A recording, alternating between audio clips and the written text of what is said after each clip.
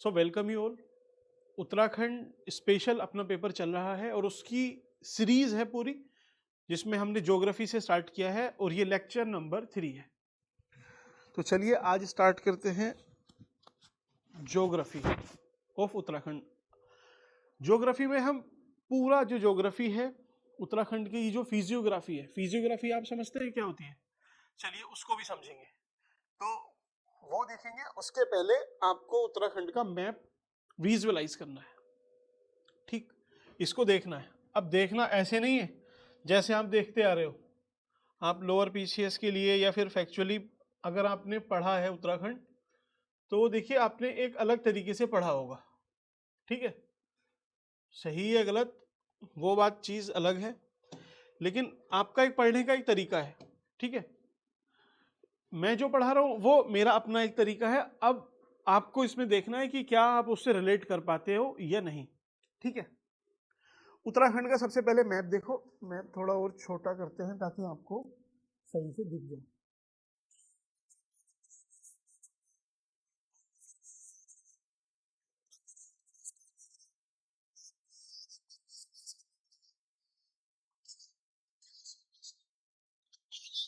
Basic start होता है वो ऐसा कि देखिए ये जिले हैं, इसको बीच से आप डिवाइड कर दो तो ये दो मंडल हो जाएंगे, ये गढ़वाल हो जाएगा, कुमाऊं हो जाएगा। ठीक, ये किस किस से बाउंड्री शेयर करता है, तो ये प्री के क्वेश्चन है आपके। वो बस ऐसे ही पूछ लेगा कि ये किससे बाउंड्री शेयर करता है, किससे नहीं।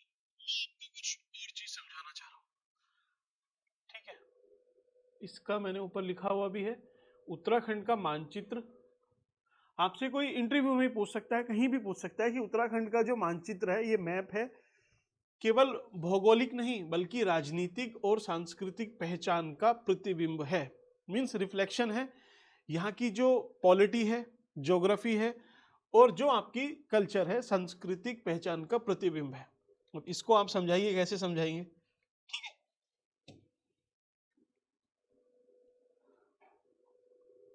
आपको अगर इसको समझना है तो सबसे पहले समझना पड़ेगा कि भौगोलिक पहचान, राजनीतिक क्या है और सांस्कृतिक क्या है। उसके साथ फिर हम डिस्ट्रिक्ट में चलेंगे कि डिस्ट्रिक्ट क्या इसी बेस पे बनाई गई है। फिर पूरा हिमालय, फिर अलग अलग इसको फिजियोग्राफी में कैसे डिवाइड किया गया है उसको देखेंगे। सबसे पहले आपको ओवरव्यू देखना है कि ये कैसा है। आप देखो यहाँ पे ये चाइना है ऊपर। ठीक, ये चाइना से बाउंड्री शेयर कर रहा है, तिब्बत से कर रहा है वैसे तो, लेकिन चलिए चाइना ने इसको कब्जाया हुआ है तो चाइना मान लेते हैं कि चाइना है। एक तरफ नेपाल है। ठीक, तो पहली चीज, अगर मुझे उत्तराखंड, आपको पता है कि यूपी से अलग होके बना है। क्यों बना है? क्योंकि जो पहाड़ी पहचान है उसको यूपी और उसका इतना बड़ा एरिया था वो रिफ्लेक्ट नहीं कर पा रहा था, इस वजह से ये अलग राज्य बना। और राज्य बनने की जो पहली शर्त थी वो ये था कि इसकी जो हिमालयन इकोलॉजी है, जो इकोसिस्टम है या पहाड़, एक विशेषता है पहाड़, हमें उसे दर्शाना है। तो पहाड़ी राज्य की मांग हुई, इस वजह से इसको अलग किया गया। तो आप समझो कि पहाड़, पहाड़ मतलब जो फिजिकल कैरेक्टरिस्टिक है उसको सबसे पहले प्राइम इंपॉर्टेंस दी जाएगी, फिजिकल। अभी इसको एक्सप्लेन करेंगे बाद में। दूसरी चीज आपको पता है, देखिए चाइना से टच कर रहा है, नेपाल से कर रहा है, तो इंटरनेशनल भी है, तो इसका एक जियो स्ट्रेटेजिक इंपॉर्टेंस भी है। भू राजनीतिक या जियो पॉलिटिकल भी बोल सकते हैं इसको, जियो पॉलिटिकल इंटरेस्ट भी है। दूसरे, तीसरा, पहाड़ी राज्य के लिए बना है तो पहाड़ का अपना एक कल्चर है, तो उस कल्चर को भी इसको रिफ्लेक्ट करना है। अभी हमने उत्तराखंड की बस इतनी जगह ली है, आप अभी भूल जाओ कि 2000 से पहले ये राज्य बना हुआ है, कुछ नहीं है। एक यूपी है और उसी यूपी में से हमें उत्तराखंड अलग बनाना है और उसमें से हमें जिले भी बनाने हैं, बाकी मंडल भी बनाने हैं।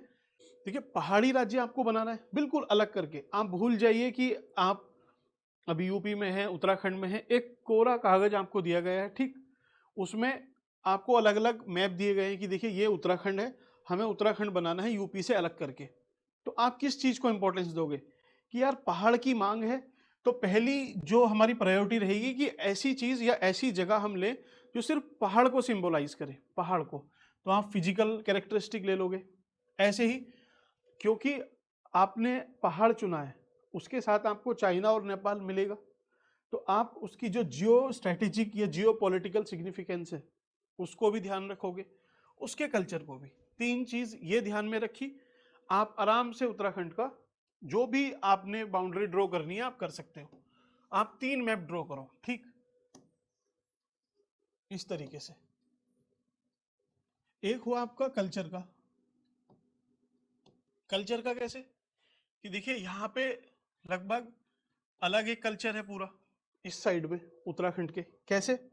क्योंकि देखिए ये चंद वंश के शासक उनके कंट्रोल में रहा है, इनकी कैपिटल चंपावत, अल्मोड़ा, ठीक, इनका एडमिनिस्ट्रेशन अलग था, और ये नेपाल से टच करते हैं, तो ये एक अलग सिस्टम है, पूरा अलग कल्चर है। ऐसे ही आप अगर गढ़वाल में देखते हो, गढ़वाल में तो यहाँ पे गढ़ जो किले हैं, फोर्ट जिसको बोलते हैं, उसके बेस पे एडमिनिस्ट्रेशन होता था। राजा यहाँ पे परमार वंश, शाह, ये सब लोग रहे हैं, तो इनका अपना एक अलग एडमिनिस्ट्रेशन था। तो आप ठीक है, आप करोगे क्या कि यार एक ऐसा पहाड़, ये ऐसा सिस्टम यहाँ से बीच में से ड्रॉ कर लो कि जो इस कल्चर को और इस कल्चर को दोनों को एकदम अलग अलग करके रिफ्लेक्ट करे। तो एक आपने कल्चरल बाउंड्री ड्रॉ की। दूसरा आप क्या करते हो कि यार उत्तराखंड का मैप देखो, फिजिकल मैप उठा के देखो कैसा है। तो यहाँ आप देखोगे कि यार इधर काली नदी है, थोड़ा इस साइड आ गई है काली नदी, खैर बॉर्डर शेयर करती है एकदम नेपाल से, तो आसपास की नदियाँ इसमें मिलती हैं।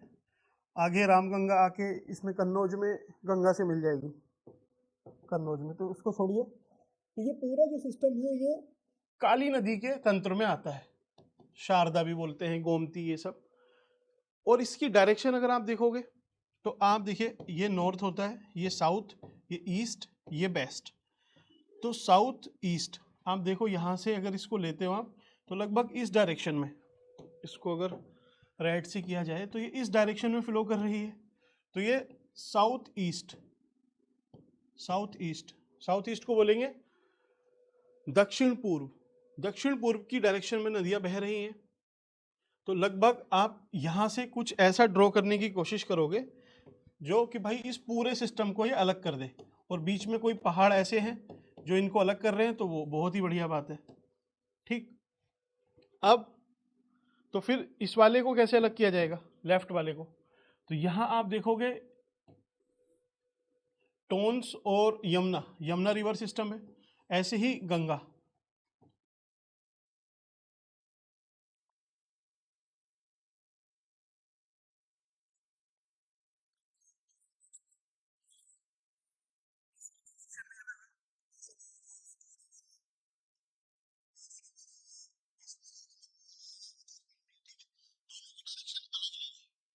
कैसी है डायरेक्शन कि गंगा आपकी देखिए साउथ वेस्ट की तरफ, साउथ वेस्ट की तरफ फ्लो कर रही है, और ये साउथ ईस्ट।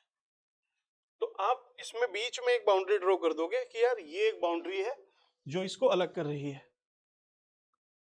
फिजिकल फैक्टर भी आपको समझ में है। तीसरा, तीसरा है आपका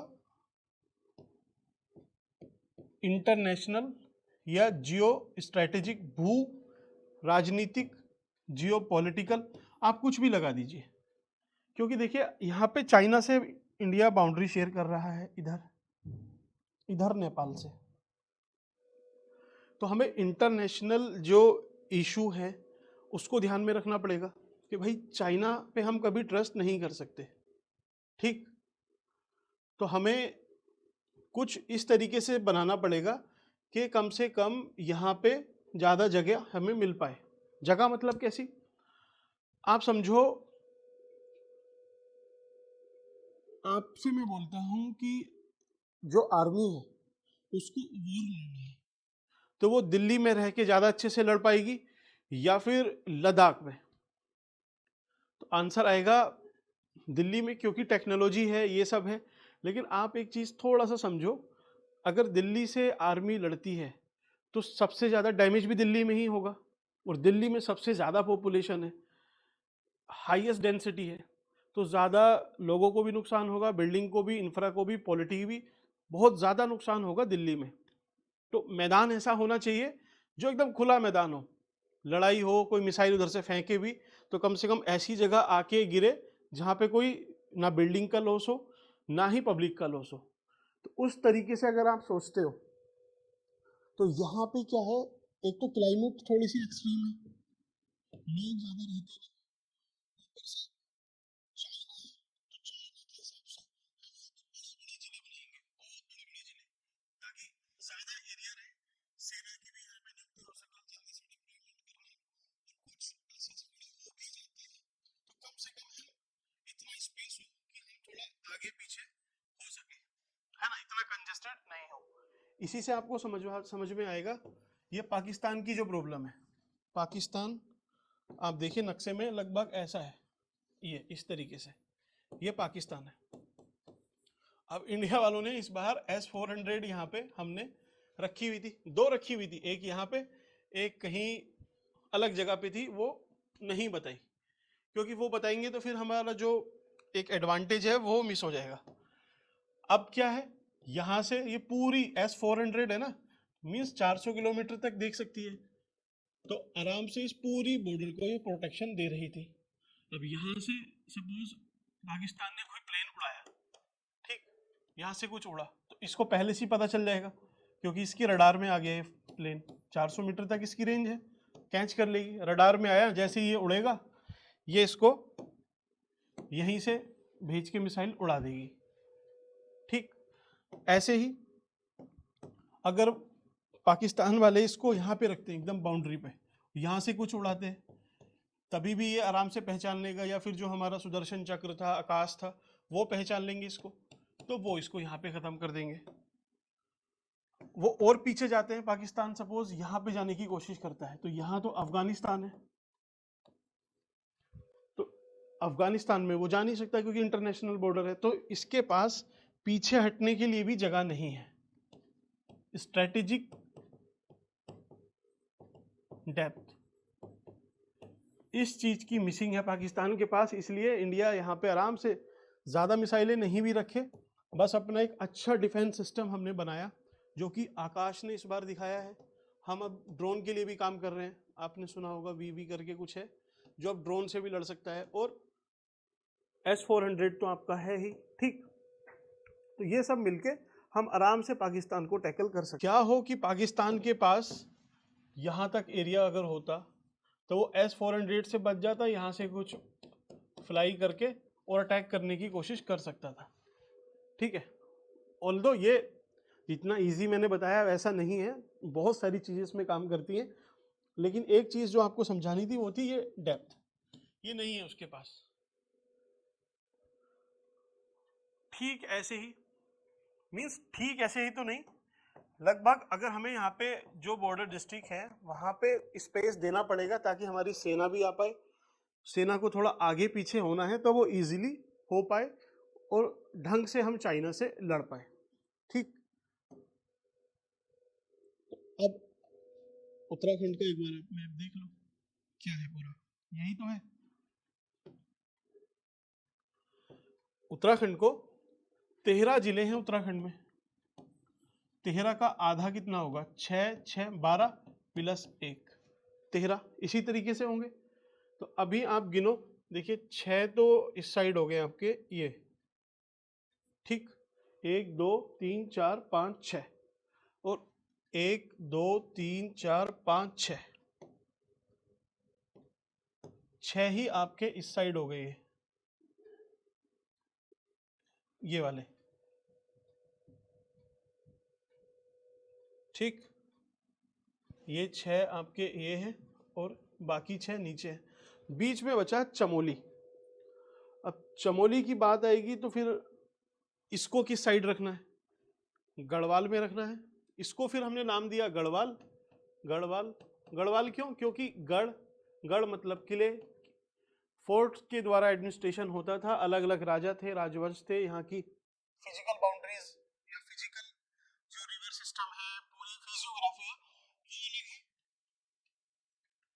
अलग नहीं बोलेंगे, बोलेंगे थोड़ा यूनिक है या डिफरेंट है कुमाऊं से, तो उस वजह से इसको गढ़वाल नाम दिया, इसको कुमाऊं। अब बचा चमोली। चमोली का क्या किया, तो चमोली को भी गढ़वाल में ही हमने भेज दिया। चमोली भी गढ़वाल में ही है, तो गढ़वाल के पास एक जिला एक्स्ट्रा है, 7 + 6, ये स्थिति है। तो फिर चमोली में यहां भी फिर डिमांड स्टार्ट होगी कि यार हमसे जो पिथौरागढ़ वाले हैं बोलेंगे यार कैपिटल एक तो आपने यहाँ पे देहरादून पहुंचा दी है,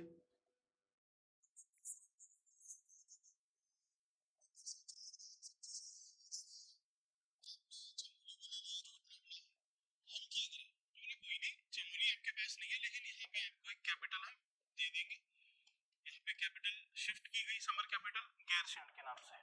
ठीक, तो अब इनके लिए भी कैपिटल का एक्सेस इजी है, यहाँ आना आसान है। ठीक, और पूरे गढ़वाल के लिए, गढ़वाल के लिए तो यहाँ पे एक्सेस है ही। ठीक, जो यहाँ पे रहते हैं तो वो इधर आ जाएंगे। ठीक, तो ये एक ध्रुव हुआ, एक आपका ये हुआ, यहाँ पे अच्छे से एडमिनिस्ट्रेशन हो रहा है। क्लियर हुई बात यहाँ तक आपको? ये चीजें अभी मोटा मोटा आपको बस दिमाग में एक ग्राफ बनाना है।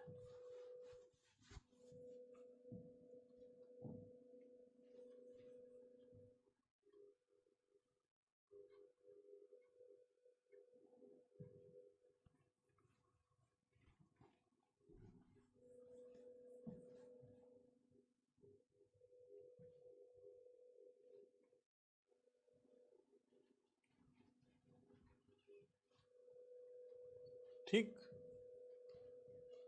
यहां तक कोई प्रॉब्लम आपको?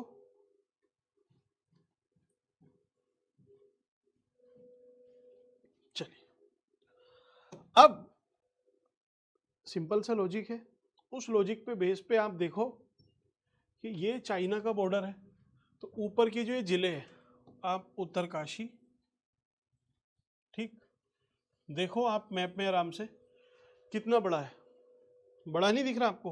बाकी आप किसी भी जिले से कंपैरिजन कर लो, इसका बहुत बड़ा है। ठीक, ये उत्तरकाशी है आपका, बड़ा है, क्यों? क्योंकि यहाँ पे चाइना से बाउंड्री शेयर कर रहे हैं, पॉपुलेशन भी कम रहती है, क्लाइमेट भी हार्श है। अभी क्लाइमेट में हम आएंगे, लेकिन एक मोटा मोटा आपको दिमाग में एक इमेज बनी। ठीक, दूसरा आप देखो, जो बहुत बड़े बड़े जिले हैं उसी की मैं बात कर रहा हूं अभी आपसे। आप इधर देखो, ये अपना चमोली, चमोली इसका साइज भी आपको बड़ा नहीं दिख रहा? तो ये भी बड़ा है। ठीक, क्यों? अगेन रीजन वही है, चाइना, बाउंड्री चल रही है इधर। तीसरे नंबर पे आप देखो, जो सबसे बड़ा जिला है या फिर सबसे बड़े जिलों में से एक है, पिथौरागढ़, बाउंड्री शेयर करता है चाइना से, अगेन सेम, और इधर आपका नेपाल आ जाएगा, नेपाल से भी। तो तीन जो सबसे बड़े जिले हैं वो आपको क्लियर हुए, क्यों है? क्योंकि एक रीजन ये हो सकता है, ये भी एक रीजन जो लॉजिक है, ये भी उसके पीछे हो सकता है। डिवीजन ऑब्वियसली सिंपल रहेगा, दो अलग अलग मंडलों में इसको बांटा गया है, गढ़वाल, कुमाऊं। अभी आपने देखा होगा, इसको गढ़वाल बोलते हैं, इसको कुमाऊं। ये लॉजिक आपको कुछ समझ में आ रहा है कि अच्छा क्यों ऐसा किया गया होगा? अब तो फिर बाकी जिले क्यों बनाए गए? जैसे भी है वैसे क्यों है, ये भी तो एक आप दिमाग में आएगा ही। तो चलिए उसको भी देखता हूँ।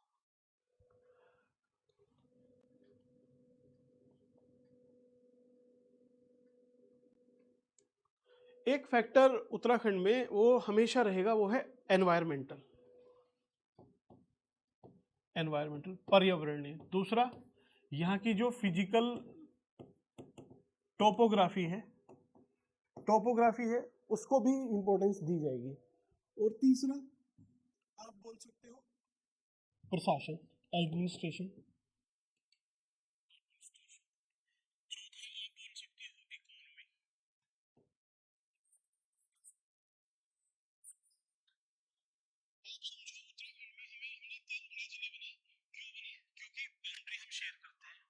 उस वजह से बना है। चलिए इसमें थोड़ा एक एड ऑन भी कर देते हैं आपको। आपने सुना होगा वाइब्रेंट विलेज प्रोग्राम, तो वो इन्हीं जगह से या इन्हीं बॉर्डर एरिया की जो डिस्ट्रिक्ट है उसको इंक्लूड करता है, और वहाँ पे इंफ्रास्ट्रक्चर बनाने की बात करता है कि हमें इनको इंफ्रास्ट्रक्चर में इतना मजबूत करना है कि कभी भी इन फ्यूचर अगर कुछ ऐसे क्राइसिस आते हैं तो वो ये गांव ये एरिया इतना सक्षम हो कि लड़ पाए। ठीक, तो ये एक स्कीम थी। अभी हम बात कर रहे हैं कि 3 जिले तो हमने 13 में से पढ़ लिए कि क्यों बने, बाकी के 10 का क्या लॉजिक है। तो बाकी के 10 को इन 4 लॉजिक से हम समझा सकते हैं। पहला, एनवायरमेंट। उत्तराखंड में एनवायरमेंट लगभग ऐसा है कि कभी भी फ्लैश फ्लड आ सकता है, क्लाउड बस्ट हो सकता है, लैंडस्लाइड हो सकता है।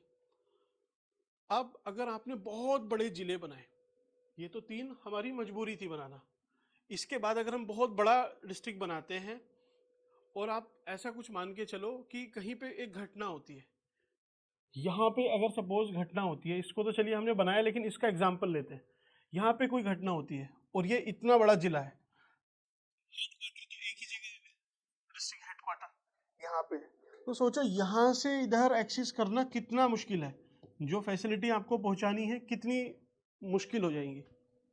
कोई काम भी हो रहा है यहाँ पे तो फिर प्रशासन को उसमें सामान पहुंचाने में, जाने में, इंस्पेक्शन में कितनी दिक्कत आएगी। सपोज यहाँ पे एक सरकारी स्कूल ही है, अब टीचर है नहीं पढ़ाते, चलिए पढ़ाते भी हैं, कोई सरकारी एग्ज़ाम ही यहाँ पे कंडक्ट करना है आपका, सपोज यूकेपीसीएस का प्रीलिम यहाँ पे लेना है, प्रशासन यहाँ पे है, पेपर इधर हो रहा है क्योंकि जिला है, जिले का सरकारी स्कूल है तो पेपर यहाँ भी होगा, तो यहाँ कैसे हो रहा है, क्या हो रहा है, उसके लिए इंस्पेक्शन तो करना पड़ेगा। अब इंस्पेक्शन की टीम तो यहीं से जाएगी, तो इसमें थोड़ा सा फीजिबिलिटी के चैलेंज आते हैं बड़े डिस्ट्रिक्ट होने में। और ऐसे ही कोई डिजास्टर हो जाए, कहीं पे कोई डिजास्टर हो जाए, कोई आपदा आ जाए, तो आपदा के हिसाब से हमें प्रशासन को एकदम इतना रिस्पॉन्स टाइम उसका रखना है कि जैसे ही कोई आपदा होती है फटाफट लोग या फिर जो प्रशासन है, जो पूरा अमला है, वो वहां पे पहुंच पाए। तो उसके हिसाब से जो ऐसा डिस्ट्रिक्ट होगा जहाँ पे सबसे ज़्यादा आपदाएं आती होंगी वो हम छोटे से छोटा रखने की कोशिश करेंगे ताकि वहाँ पे जो फैसिलिटीज़ है वो जल्द से जल्द पहुँचा पाए। ऐसा ही एक डिस्ट्रिक्ट है आपका,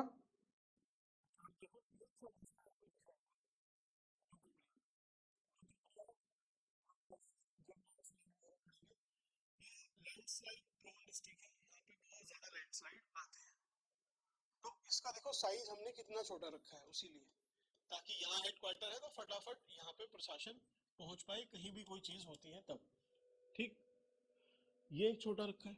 दूसरा एक जो छोटा रखा है हमने वो बागेश्वर भी है, ये बागेश्वर, बागेश्वर इसको भी हम सेम लॉजिक से ड्राइव कर सकते हैं क्योंकि लगभग आप देखो कि उसी लैटिट्यूड पे लगभग ये पड़ रहे हैं। ठीक, और हिमालय का ही पार्ट है, पहाड़ की जो रेंज है, सपोज अभी तो डिजास्टर यहाँ पे उतने नहीं है इसके कंपैरिजन में, बागेश्वर में इतने नहीं है लेकिन फिर भी होने की पॉसिबिलिटी तो है। अभी आपको जब पहाड़ के बारे में पढ़ाएंगे कि ट्रांस हिमालय, जो ग्रेट हिमालय है वो यहाँ से जाता है, ग्रेट हिमालय की जो रेंजेस हैं वो यहीं से जा रही हैं, तो यहाँ पे डिजास्टर हो रहा है तो यहाँ भी होगा। हम ये थोड़ी ना अभी बोल सकते हैं कि आज यहाँ पे हो रहा है तो और दूसरी जगह पे नहीं हो रहा है, लेकिन है आसपास ही, तो हम बस इसी को डिक्लेयर करेंगे, दूसरे को नहीं करेंगे, क्योंकि एक ही रेंज में है, एक ही सीज्मिक जोन में है, एक ही जैसा पहाड़ है, टोपोग्राफी है, तो सेम लॉजिक से हमने इसको भी बनाया होगा या बनाएंगे। ठीक,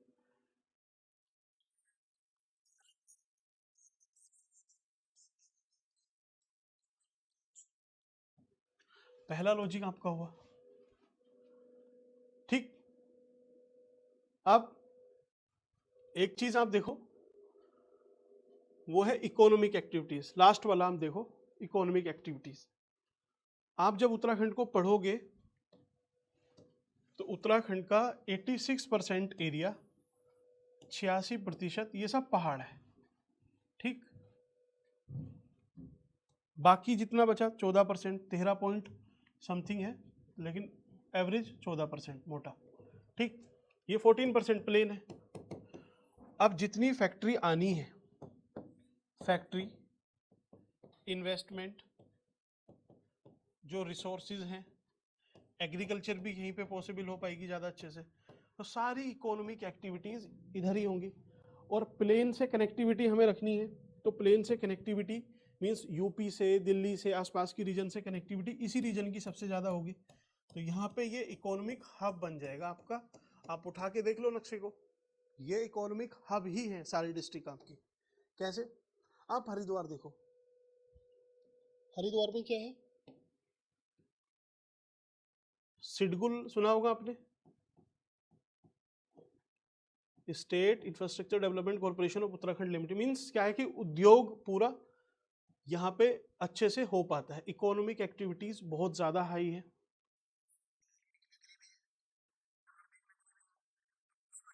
पॉपुलेशन भी ज्यादा ही रहती है क्योंकि इकोनॉमिक एक्टिविटीज है, प्लेन है, कनेक्टिविटी अच्छी है, तो इन सब कारण की वजह से लोग यहाँ पे ज्यादा रहेंगे, तो पॉपुलेशन की डेंसिटी भी ज्यादा रहेगी। तो उस वजह से हमें इसको ज्यादा एरिया देने की जरूरत नहीं है, इतने एरिया में ही बहुत ज्यादा इकोनॉमिक एक्टिविटीज हो जाएंगी। तो हरिद्वार। अब आप इधर आ जाओ, उधम सिंह नगर। उधम सिंह नगर का क्या लॉजिक होगा? सेम लॉजिक है भाई, ऊपर से यहां से माइग्रेट करके पॉपुलेशन यहाँ आती है। दूसरी चीज, प्लेन है, तराई का क्षेत्र है, पानी ज्यादा है, एग्रीकल्चर अच्छा है, इंडस्ट्री अच्छी है, और यहाँ पे सितारगंज में सिडकुल तैयार हो रहा है। ठीक, सिडकुल आपका यहाँ पे तैयार हो ही रहा है। ठीक है, ये भी तैयार हुआ आपका। अब आप देखो देहरादून, आपने कहीं पे कैपिटल बनानी है, तो यहां देखो देहरादून में फ्लैट रीजन है, मींस वैली में पड़ता है, घाटी में है, ऊपर घाटी पे जाके एकदम प्लेन रीजन है, इसके पास एरिया भी काफ़ी है, लगभग इसका जो 75 किलोमीटर की डेप्थ है। अभी एक्सप्लेन करेंगे इसको डिस्ट्रिक्ट सीरीज में। मीन्स इसके पास एरिया भी ठीक ठाक है, तो यहाँ पे हमने बनाई इसकी पॉलिटिकल कैपिटल, कैपिटल, ठीक है, विधानसभा। और इकोनॉमिक एक्टिविटीज़, कनेक्टिविटी दिल्ली से, हरियाणा से, हिमाचल से, प्लेन एरिया से बहुत अच्छी है, इसलिए यहाँ पे बना। तो इसका लॉजिक आपको समझ में आया, आपको उधम सिंह नगर का समझ में आ गया। ठीक, चलिए, इकोनॉमिक रीजन आपको समझ में आया, एनवायरमेंटल समझ में आया, ठीक है, और ये जो इंटरनेशनल है ये समझ में आ गया। अब आपका बचा फिजिकल टोपोग्राफी और एडमिनिस्ट्रेशन, प्रशासन। ये प्रशासन की सुविधा के हिसाब से अब हमें अगर देखना है तो देखो, ये सब पहाड़ अभी मैं पढ़ाऊंगा इसमें आपको, ठीक है, वो आपको क्लियर हो जाएगा उसके बाद। ये जो रीजन है पूरा, ये आपका मिडिल हिमालय में आता है, मिडिल हिमालय, इसको हिमाचल भी बोलते हैं, हिमाचल। तो जो पहाड़ी रीजन है उसको सही तरीके में ये सिंबलाइज करता है। क्यों? क्योंकि यहाँ पे ना तो ज्यादा हाई एकदम पहाड़ है, ना ही ऐसा है कि जैसे शिवालिक हो बिल्कुल लोअर लेवल पे आ गए, एक ठीक ठाक पहाड़ है, उसी वजह से यहाँ पे पहाड़ी पॉपुलेशन भी काफी रहती है। अब अच्छे से यहाँ पे पहाड़ी पॉपुलेशन रहती है, पहाड़ को दिखाता है। और यहाँ पे आप देखो ऊपर, क्या यहाँ पे फॉरेस्ट ज्यादा होंगे, वन होंगे ज्यादा? नहीं होंगे, क्योंकि ठंडा ज्यादा है। नीचे होंगे? नहीं, क्योंकि यहाँ पे इकोनॉमिक एक्टिविटीज है, तो यहाँ पे फॉरेस्ट भी ज्यादा है। तो जो ट्रू पहाड़ी पॉपुलेशन है वो ज्यादातर इन जिलों में रहती है। ट्रू तो देखिए ऊपर भी है, लेकिन एक कहने के लिए टिहरी, पौड़ी, नैनीताल, अल्मोड़ा, चंपावत, इस पूरी रेंज को, ये एक ही रेंज में आता है। क्या नाम है रेंज का? मिडिल हिमालय। और क्योंकि इसकी फिजिकल जो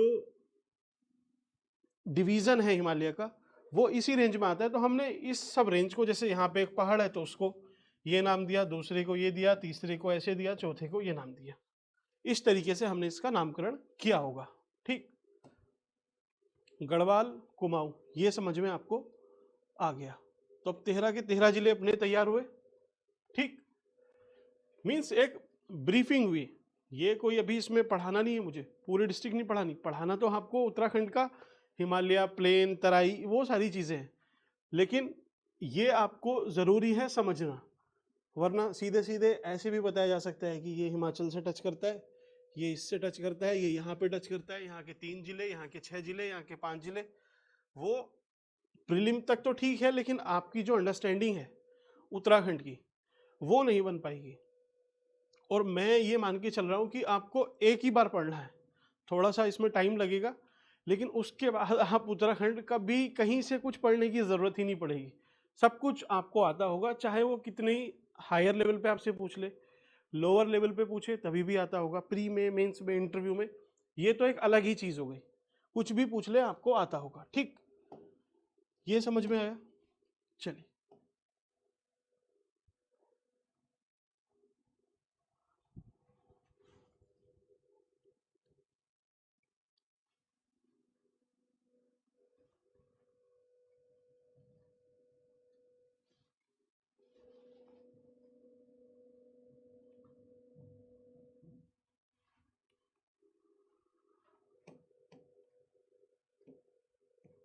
देखो अब आप, ये आपको क्लियर हुआ, ये इसका एक मैप है, लेकिन इसमें क्या है, आपको थोड़ा सा इसके छोटे छोटे, जैसे मुंशियारी है, धारचूला है, ये पिथौरागढ़ में पड़ रहा है, ठीक है, चंपावत, नैनीताल में ये है, हल्द्वानी वगैरह, रामनगर, आपका ये जो उधम सिंह नगर है इसमें जसपुर, काशीपुर, रुद्रपुर, सितारगंज, बाजपुर, खटीमा, ये सब है। ठीक, तो ये पूरा आपको उत्तराखंड का मैप है। अब थोड़ा सा जो प्रीलिम स्पेसिफिक है उस पे आते हैं। उत्तरकाशी, तो देखिए चाइना से कितने जिले उत्तराखंड के टच करते हैं, आपको याद हुआ, पहला उत्तरकाशी, दूसरा चमोली, तीसरा पिथौरागढ़, 3 चाइना से। अब इधर नेपाल है, इस नेपाल से आप देखो, ये पिथौरागढ़, चंपावत और उधम सिंह नगर, 3 जिले ही नेपाल से टच करते हैं, तो ये तीनों याद हो गए। अब इसी से मैं कॉमन क्वेश्चन बना देता हूँ कि एक ऐसा जिला बताइए उत्तराखंड का जो 2 देशों से बाउंड्री शेयर करता हो, तो फिर आप क्या बोलोगे? आपने खुद ही सोच लिया कि यार ये है, ये है, पिथौरागढ़ यहाँ भी कॉमन है और इनमें भी कॉमन आ रहा है, तो पिथौरागढ़ ही है, देख लो बस इसको मैप में, रटने की जरूरत नहीं है। ठीक, अब मैं आपसे पूछता हूँ कि कितने जिले हैं जो हिमाचल प्रदेश से बाउंड्री टच करते हैं, हिमाचल प्रदेश से? तो एक तो आपको ये देहरादून दिख रहा है, यहाँ से ये पूरा देहरादून, एक तो देहरादून हुआ, क्योंकि आप देहरादून से पोंटा साहिब जाओगे तो पोंटा साहिब से आगे हिमाचल, सोलान वैली और फिर शिमला वगैरह, और ऐसी एक उत्तरकाशी, ये 2 जिले हैं जो हिमाचल प्रदेश से बाउंड्री टच कर रहे हैं। ठीक, ये क्लियर हुआ आपको? ओके,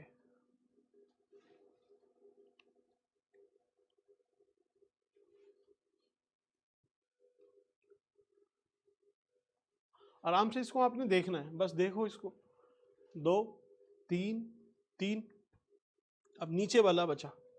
ठीक, नीचे वाला कैसे, मैं आपको एक बार थोड़ा सा, अगर आप विजुअलाइज नहीं कर पा रहे हो तो देखिए, यहाँ पे ये 3, इधर 3, ये 2 जिले, तो जो सदर्न पार्ट है वो बच गया। ये किससे टच करता है? ये उत्तर प्रदेश से टच कर रहा है, उत्तर प्रदेश भी अपने आप में देश ही है। ठीक है, किन किन मीन्स कौन कौन से जिले हैं जो बाउंड्री टच करते हैं? इस वाले मैप में शायद आपको सही से दिखेगा नहीं, इसमें देख लेते हैं।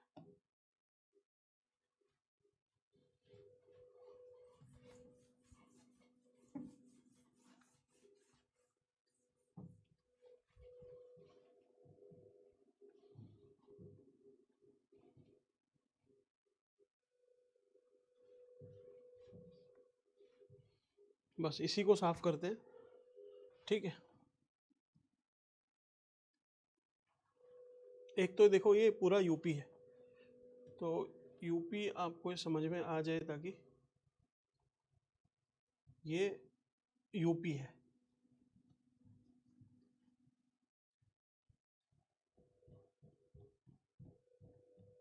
ठीक,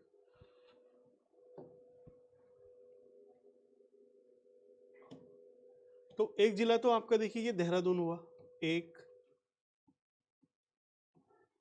हरिद्वार दो, ये पौड़ी हुआ, पौड़ी कहाँ, कोटद्वार, कोट द्वार नजीबाबाद उसके आसपास ये वाला तीन। चौथा आपका देखिए थोड़ा सा ना यहाँ पे कंफ्यूजन होता है, नैनीताल जो कॉर्बेट वाली रेंज है ये यहाँ तक आती है। अफजलगढ़ आपने सुना हो, कालागढ़ अगर डैम सुना हो तो उसके आसपास का ये रीजन है। तो एक दो तीन, चौथा हुआ नैनीताल, पांच हुआ उधम सिंह नगर। ठीक है, पांच ही जिले हैं, तो पांच जिले आपके इससे बाउंड्री टच करते हैं, एक दो तीन चार पांच। ये आपको क्लियर हुआ। एक बार इसको बस देख लेना है, इधर थोड़ा मैंने खराब कर दिया है ज्यादा, बट चलिए जल्दी से देखते हैं इसमें और क्या बचता है आपका। और इसमें आप देखो एक, आप मुझे ऐसा बताइए देख के इसमें से कितने ऐसे जिले हैं जो उत्तराखंड के एकदम लॉक्ड हैं, लैंड लॉक बोल लीजिए। लैंड लॉक मीन्स उनका किसी भी इंटरनेशनल बाउंड्री से कोई भी शेयरिंग नहीं है।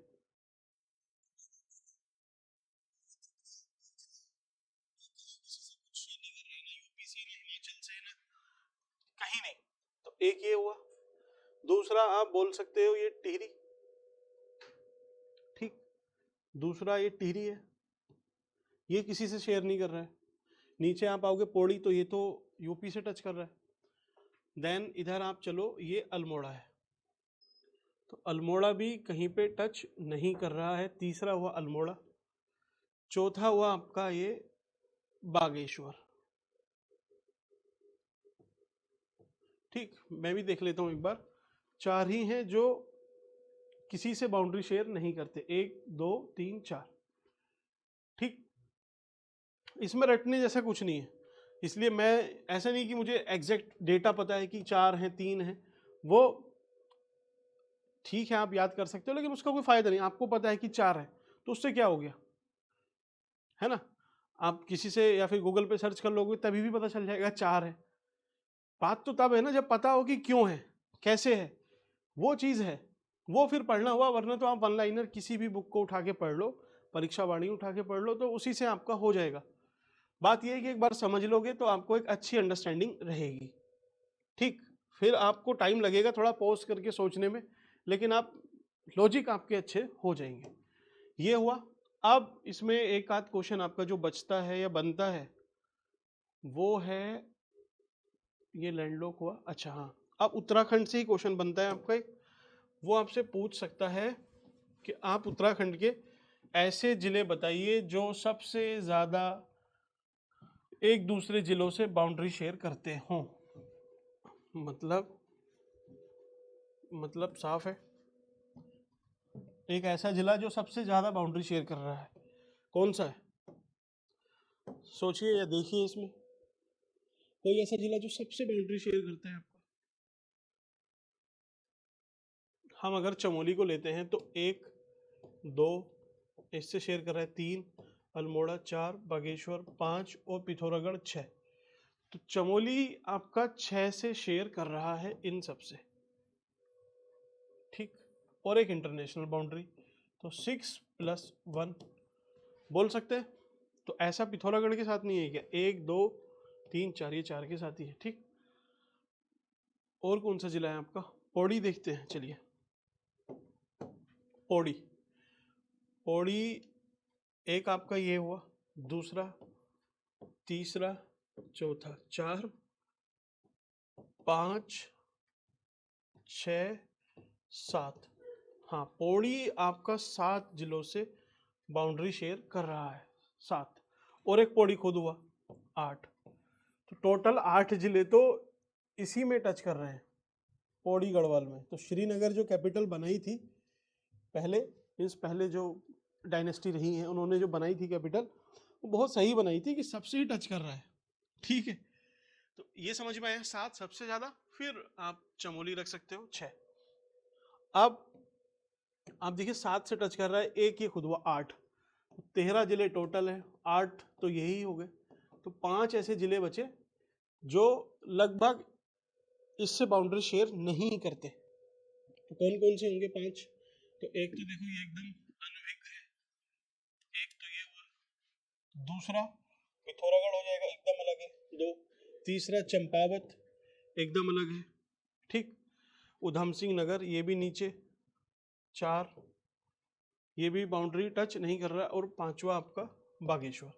5 जिले ऐसे हैं जो इससे बाउंड्री शेयर नहीं करते, बाकी सबसे बाउंड्री शेयर करता है, ठीक। तो यहीं से यही प्रीलिम के क्वेश्चन है, ठीक है, यहां तक क्लियर है। तो फिर हम आगे बढ़ते हैं, चलिए। जो अभी आपको मैंने पढ़ाया या समझाया बोल लीजिए, उसका डिस्क्रिप्शन आगे लिखा हुआ है, उसको अब हम वीडियो के लास्ट में डिस्कस करेंगे, मींस इस पे जो थियोरेटिकल पार्ट है। अब सीधा देखते हैं उत्तराखंड का फिजियोग्राफिक डिवीजन, उत्तराखंड का फिजियोग्राफिक डिवीजन, फिजियोग्राफी। आप देखो ये एक आपको स्क्वायर लग रहा है या रेक्टेंगल लग रहा है? रेक्टेंगल है, क्यों? क्योंकि स्क्वायर होगा तो इसकी सारी जो लाइन है उनकी सबकी लेंथ सब एक ही होगी। इसमें लेकिन क्या है कि आपका उत्तराखंड, इसकी लेंथ ज़्यादा है, कितनी है? 378 है शायद, और जो ब्रेड्थ है ये कम है, ये शायद 328 है। इस वजह से ये एक रेक्टेंगल है। एग्जैक्ट अगर मैं आपको बताऊं कितनी है तो 1 सेकेंड, अगर है मेरे पास डेटा इसका,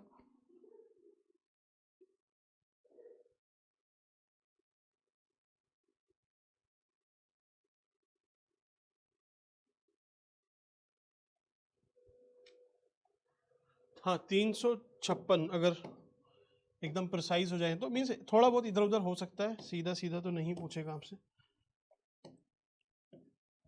350, 350 मान लेना, और इसको 320, ठीक। तो उसी वजह से ये त्रिभुजाकार, त्रिभुज नहीं रेक्टेंगल है, ठीक है, रेक्टेंगल है, स्क्वायर नहीं है।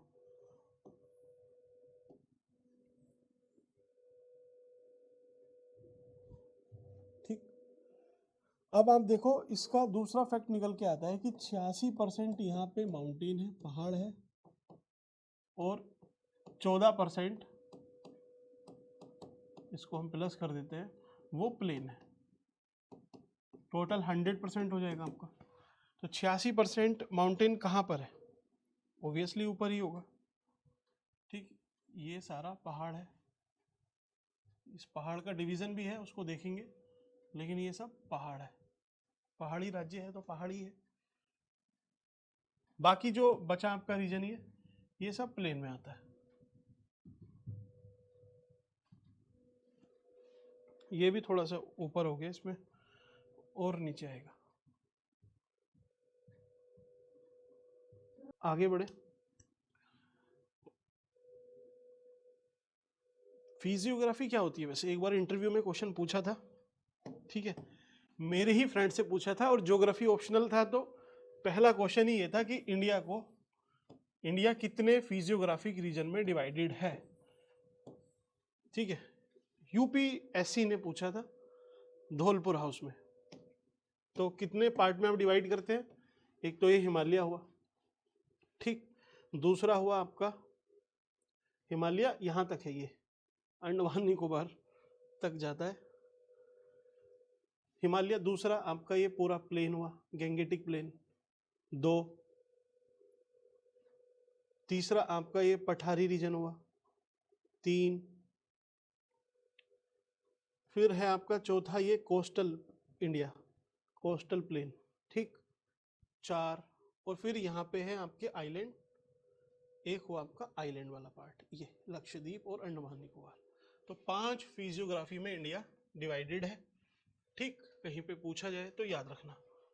उत्तराखंड तो पहाड़ और प्लेन ही है, लेकिन प्लेन के फिर डिवीजन हो जाते हैं कि आप भाबर, तराई, फिर इसमें थोड़ा सा और डिवीजन होगा बांगर और खादर का, बांगर और खादर, बस ये ही हमें माउंटेन और ये चीज़ें पढ़नी है। इसी से आपकी उत्तराखंड की जो जियोमॉर्फोलॉजी है, जो भू आकृति है, वो खत्म हो जाएगी। फिर उसके बाद हम इसके जो रॉक्स है, किन से बना है, उसके बारे में पढ़ेंगे, उसकी वजह से मिनरल्स बनेंगे। अब जैसे मिनरल्स होंगे वैसी ही इकोनॉमिक एक्टिविटीज होगी। उत्तराखंड में अगर देहरादून में लाइमस्टोन मिलता है, चूना पत्थर मिलता है, ठीक,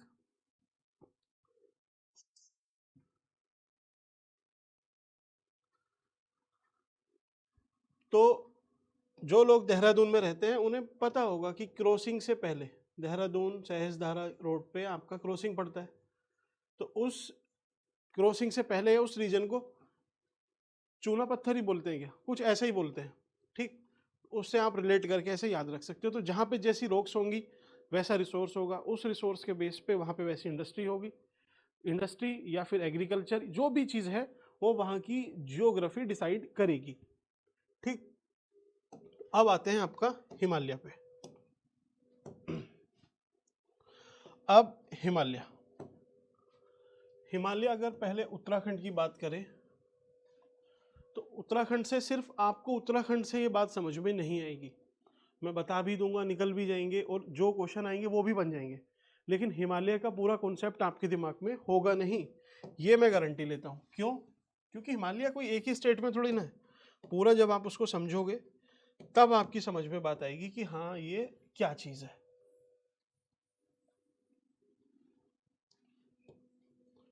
ये आपका इंडिया है, आपका क्या, हमारा इंडिया है। अब यहाँ पे सबसे पहले आपको याद रखना है 4 रेंजेस, रेंजेस नहीं, अच्छा चलिए रेंजेस में भी कंफ्यूजन होगा आपको। पहली चीज आप बताइए, हिल क्या होता है? हिल पहाड़ जिसको बोलते हैं, पहाड़, जैसे हम बोलते हैं ना कूड़े का पहाड़, तो क्या वो भी पहाड़ है? फिर आप बताइए माउंटेन क्या होता है? देन आपको बताना है पीक क्या होती है, पीक चोटी, और माउंटेन को बोलते हैं पर्वत। और इसी से एक चीज और निकलती है, माउंटेन रेंज, श्रृंखला, ठीक, माउंटेन रेंज। तो पहाड़ क्या है, पर्वत क्या है, पर्वत श्रृंखला क्या है, पीक क्या है? घाटी तो खैर पता ही होगा सबको, पीक, चलिए वैली, घाटी। ये 4 पहले आपको क्लियर होने चाहिए। कैसे? आप देखो,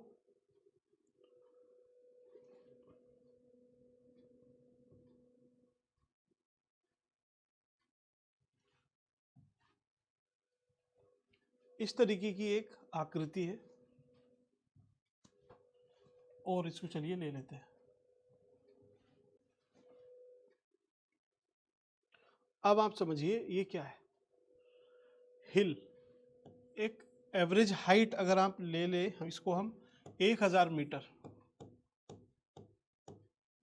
या उससे कम, पहले 800 कुछ थी लेकिन अब थोड़े चेंजेस हो गए, 1000 मीटर को मान लेते हैं कि अगर उससे कम कम है तो ये हिल है, पहाड़ है। उससे ऊपर अगर पहुंच रहा है या उससे ज़्यादा हाइट है तो फिर ये 1 सेकेंड पर्वत है, ये पर्वत है। अब ये पर्वत जब आपस में कॉन्टिन्यूस चलते रहेंगे तो यही हो जाएगी कॉन्टिन्यूस माउंटेन, को बोलते हैं माउंटेन रेंज, श्रृंखला। जो हाईएस्ट पीक हो, मीन्स जो हाईएस्ट हाइट पे जो भी जगह होगी उसको बोलेंगे पीक, चोटी, ठीक। और जो सबसे नीचे होगी उसको वैली बोल देंगे, घाटी, या 2 पहाड़ के बीच में जो आ जाएगी घाटी। तो ये समझ में आया क्या है पहाड़, पर्वत, रेंज, ये। तो इसके बाद फिर हम समझते हैं हिमालय। हिमालय,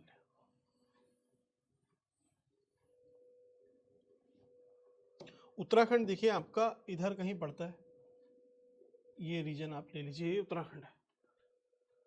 तो सबसे पहले जो पहाड़ की श्रृंखला स्टार्ट होती है वो होती है आपकी ट्रांस हिमालय से, ट्रांस हिमालय, ट्रांस हिमालय। अभी आपको कंफ्यूजन होगा क्योंकि मुझे पता है, नहीं पता या फिर कम पता होगा कि ट्रांस हिमालय उत्तराखंड में है या नहीं है, क्योंकि बात ही ऐसी है कि जल्दी से नहीं होंगे ये चीज क्लियर। दूसरा, ट्रांस हिमालय के बाद ग्रेट हिमालय, ग्रेट हिमालय, इसको बृहद बोलते हैं, बृहद हिमालय।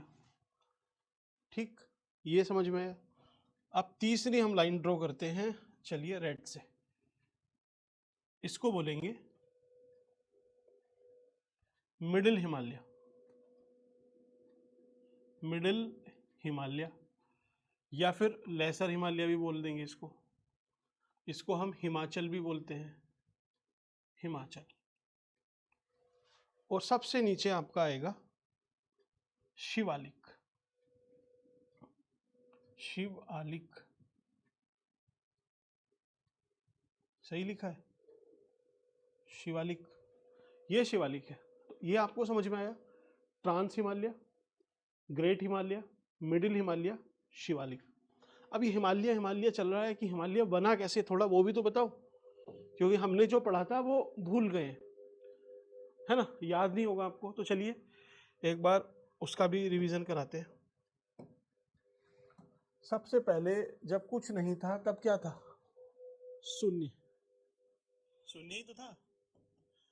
आपने नागार्जुन का शून्यवाद पढ़ा है, नागार्जुन, मिलिंद पन्हो, नाम नहीं सुना, मिलिंद और नागा अर्जुन, या नागसेन का जो डिस्कशन है मिलिंद पन्हो के नाम से जाना जाता है, शून्यवाद था बुद्धिज्म का।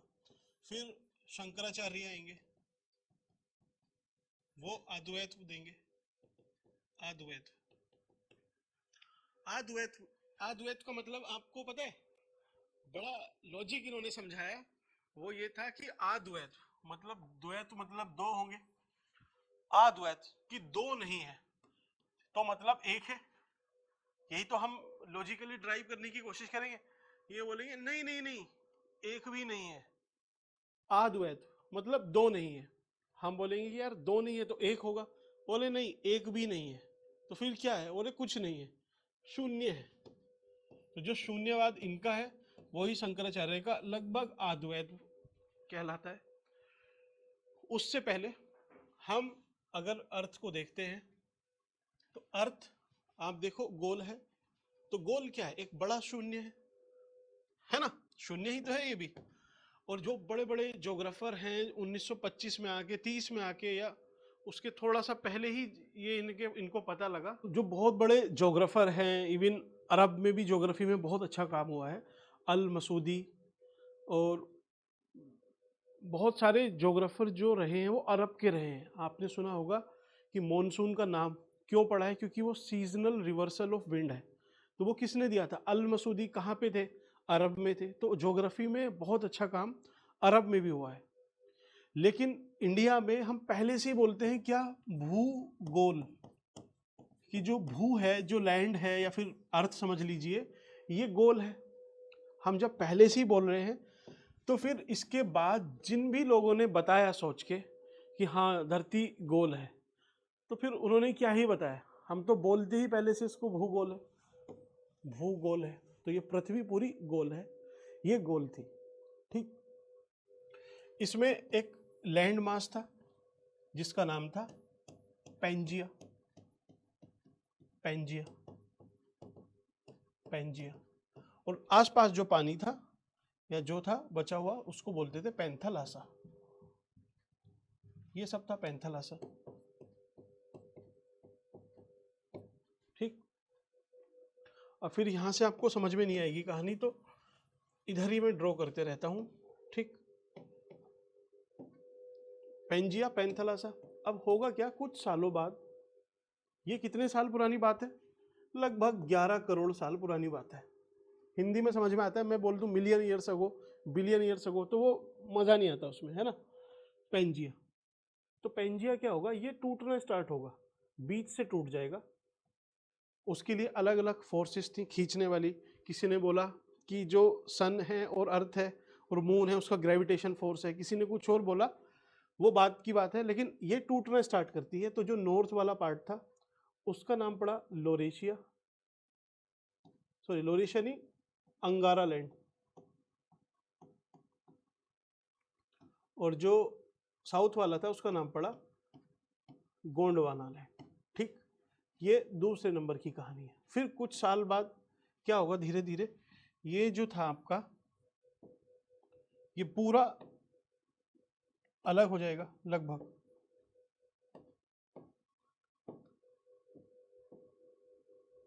ये आपका अंगारा लैंड और ये साउथ वाला रह जाएगा गोंडवाना लैंड।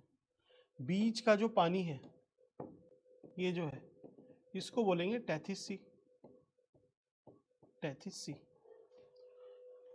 इंडिया किसका पार्ट था? तो इंडिया इस साउथ वाले का पार्ट था, यहाँ पे गोंडवाना लैंड का। आज जो ऑस्ट्रेलिया है, साउथ अफ्रीका है, इंडिया है, ये सब गोंडवाना लैंड का हिस्सा थे। ठीक, तो अब इस गोंडवाना लैंड से हम आगे बढ़ते हैं।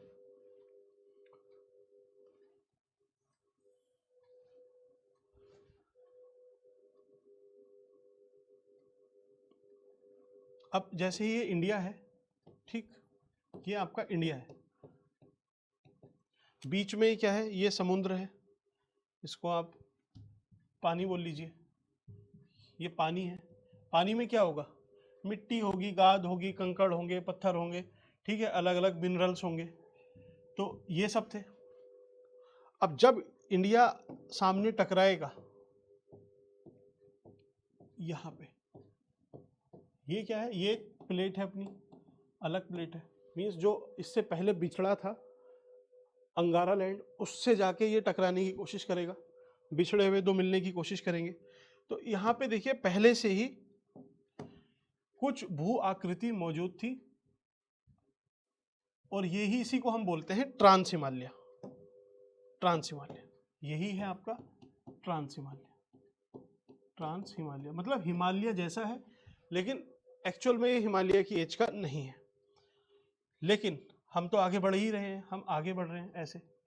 अब जाके जब हम टकराएंगे तो ये जितना जो पानी होगा, कंकड़, पत्थर, मिट्टी, गाद, वो सब ऊपर उठ जाएगी। तो ये सब जब मिलेंगे, दो चीज़, आप देखो एक पेपर को आप ले लो, और जब वो फोल्ड होगा आप इस तरीके से रख सकते हो, जैसे ये एक पेपर है, और जब ये आपस में ऐसे प्रेशर लगाएंगे दोनों हम, तो ये माउंटेन बन जाएगा लगभग इस तरीके से। ये माउंटेन बना, तो नीचे जो यहाँ पे कुछ भी होगा ये सब ऊपर चला जाएगा इसमें ऐसे। तो इसी तरीके से ये जो पूरा रीजन है, ये पहाड़, पानी बोल लीजिए, ये सब ऊपर उठ जाएगा और ये अलग अलग रेंजेस बन जाएंगे।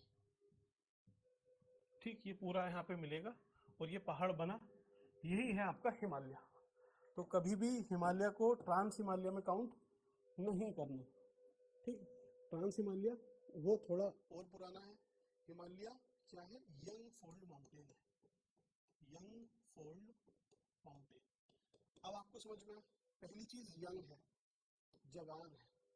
ठीक, यंग क्यों है, क्योंकि अभी बना हुआ है, ज्यादा पुराना नहीं है, 11 करोड़ साल के बाद ही बना हुआ है। फोल्ड है, आप देखो फोल्ड हो रहा है, और पहाड़ है, माउंटेन है। क्यों है माउंटेन, क्योंकि इसकी हाइट ज्यादा है। ठीक है, माउंटेन है, हिल नहीं है, माउंटेन है। तो यंग फोल्ड माउंटेन कहते हैं इसको। समझ में आया आपको? अब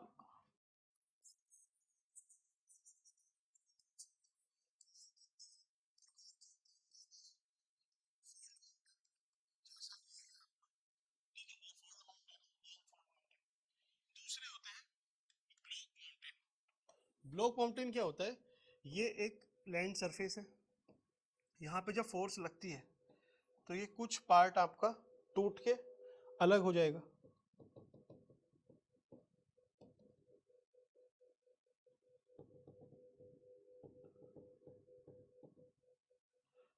तो ये आप देखो एक तरह से ब्लॉक के फॉर्म में बन जाएगा। ब्लॉक, ये देखो पूरा एक ब्लॉक कॉलम की तरह रहेंगे।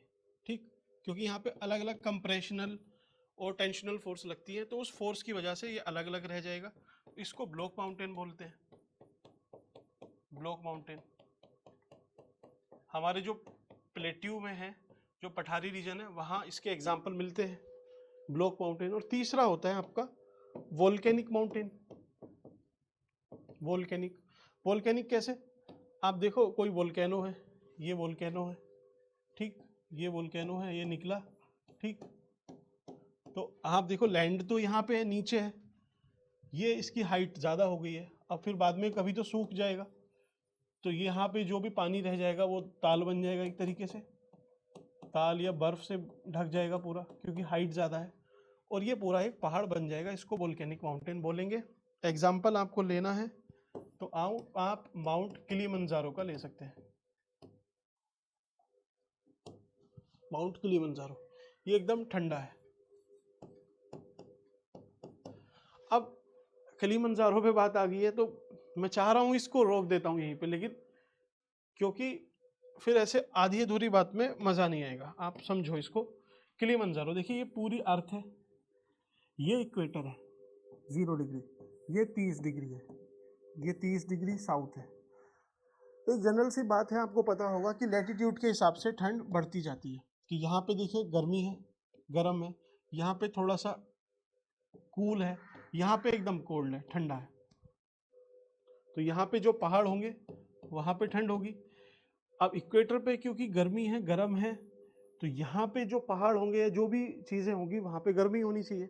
लेकिन होता क्या है, यहाँ पे पड़ता है आपका अफ्रीका कॉन्टिनेंट, यहीं पे है माउंट किलिमंजारो, माउंट किलिमंजारो, और इसकी हाइट इतनी ज़्यादा है कि ऊपर यहाँ पे बर्फ़ पड़ी हुई है, बर्फ़ से जमा हुआ है। तो कोई भी आपको अगर यूनिवर्सल स्टेटमेंट मिले कि इक्वेटर पे गर्मी होती है, तो हाँ होती है जनरली, लेकिन अगर ऑल्टीट्यूड ऊपर हो जाएगा, हाइट बढ़ जाएगी, तो ठंडी भी मिल सकती है, ठीक।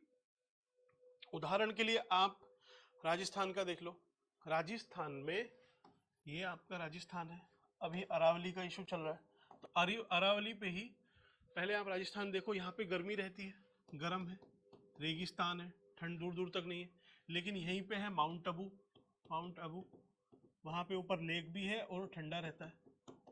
क्यों? क्योंकि हाइट पे है। यहाँ तक बात क्लियर हुई। अब हम आगे चलते हैं, जो मेन मुद्दा है वो तो हम पीछे भूल गए, कहाँ पर थे हम, ठीक है, ये था अपना मेन मुद्दा, ट्रांस हिमालय, ग्रेट हिमालय, आपका मिडिल हिमालय और शिवालिक।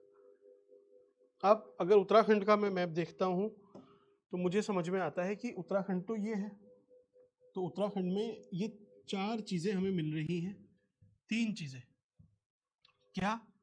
ग्रेट हिमालय, मिडिल हिमालय और शिवालिक, 3 पहाड़ियाँ। ट्रांस हिमालय इसके ऊपर से जा रही है, ठीक, ट्रांस हिमालय। तो अब सबसे पहले ट्रांस हिमालय को ही समझते हैं, क्या है ट्रांस हिमालय का, और कंफ्यूजन उत्तराखंड के कंटेक्स्ट में क्यों होता है। तो ट्रांस हिमालय पूरा लगभग ये इंडिया में ही है आपका, इंडिया में नहीं, सॉरी, इंडिया के लद्दाख में है, लद्दाख में है, और फिर ये तिब्बत में चला जाता है, ये आपका तिब्बत है, ठीक, ये ऐसे फिर तिब्बत में चला जाएगा। सबसे पहले जो इसमें ऊपर है उसको बोलते हैं काराकोरम, कोरम, उसके नीचे रेंज आती है लद्दाख, फिर आती है जास्कर, और फिर सबसे नीचे आती है पीर पांजाल, पीर पांजाल। जो काराकोरम है, तो काराकोरम किस शब्द से है? के से है, मैं इसी में इसको नाम दे दूंगा, अलग अलग पहाड़ होंगे क्योंकि एक तो पहाड़ है नहीं, ठीक, मैं बोलता हूँ K1 है, ये K2 है, ये K3 है, ये K4 है। तो इसमें से जो K2 है, K2 है, इसको हमने नाम दिया है गोल्डविन ऑस्ट्रिन, और ये सबसे ऊंची चोटी है इंडिया में, क्या है? K2, जो काराकोरम में है, गोल्डविन ऑस्ट्रिन। हाइट कितनी है इसकी? 8611, इतनी इसकी हाइट है, ठीक, ये चीज आपको समझ में आई। अब इसकी एक एक स्पेसिफिक बातें हम ध्यान रखते हैं कि देखिए काराकोरम K2 तो हो गया, लद्दाख में क्या है? लद्दाख में आपने सुना होगा, ये क्योंकि पहाड़ आगे जा रहा है तिब्बत में, यहीं पे है हमारा माउंट कैलाश। तो माउंट कैलाश किस रेंज में है? ट्रांस हिमालय की और लद्दाख रेंज में। ठीक, उसके नीचे आप आओगे, पहाड़ की जो रेंज है उसको बोलते हैं जास्कर। और जास्कर में ही आपने सुना होगा कि लेफ्ट में जो इंडिया में है वो है नांगा पर्वत या नंगा पर्वत। तो नांगा पर्वत कहाँ पे है? जास्कर में है। और सबसे नीचे है पीर पंजाल।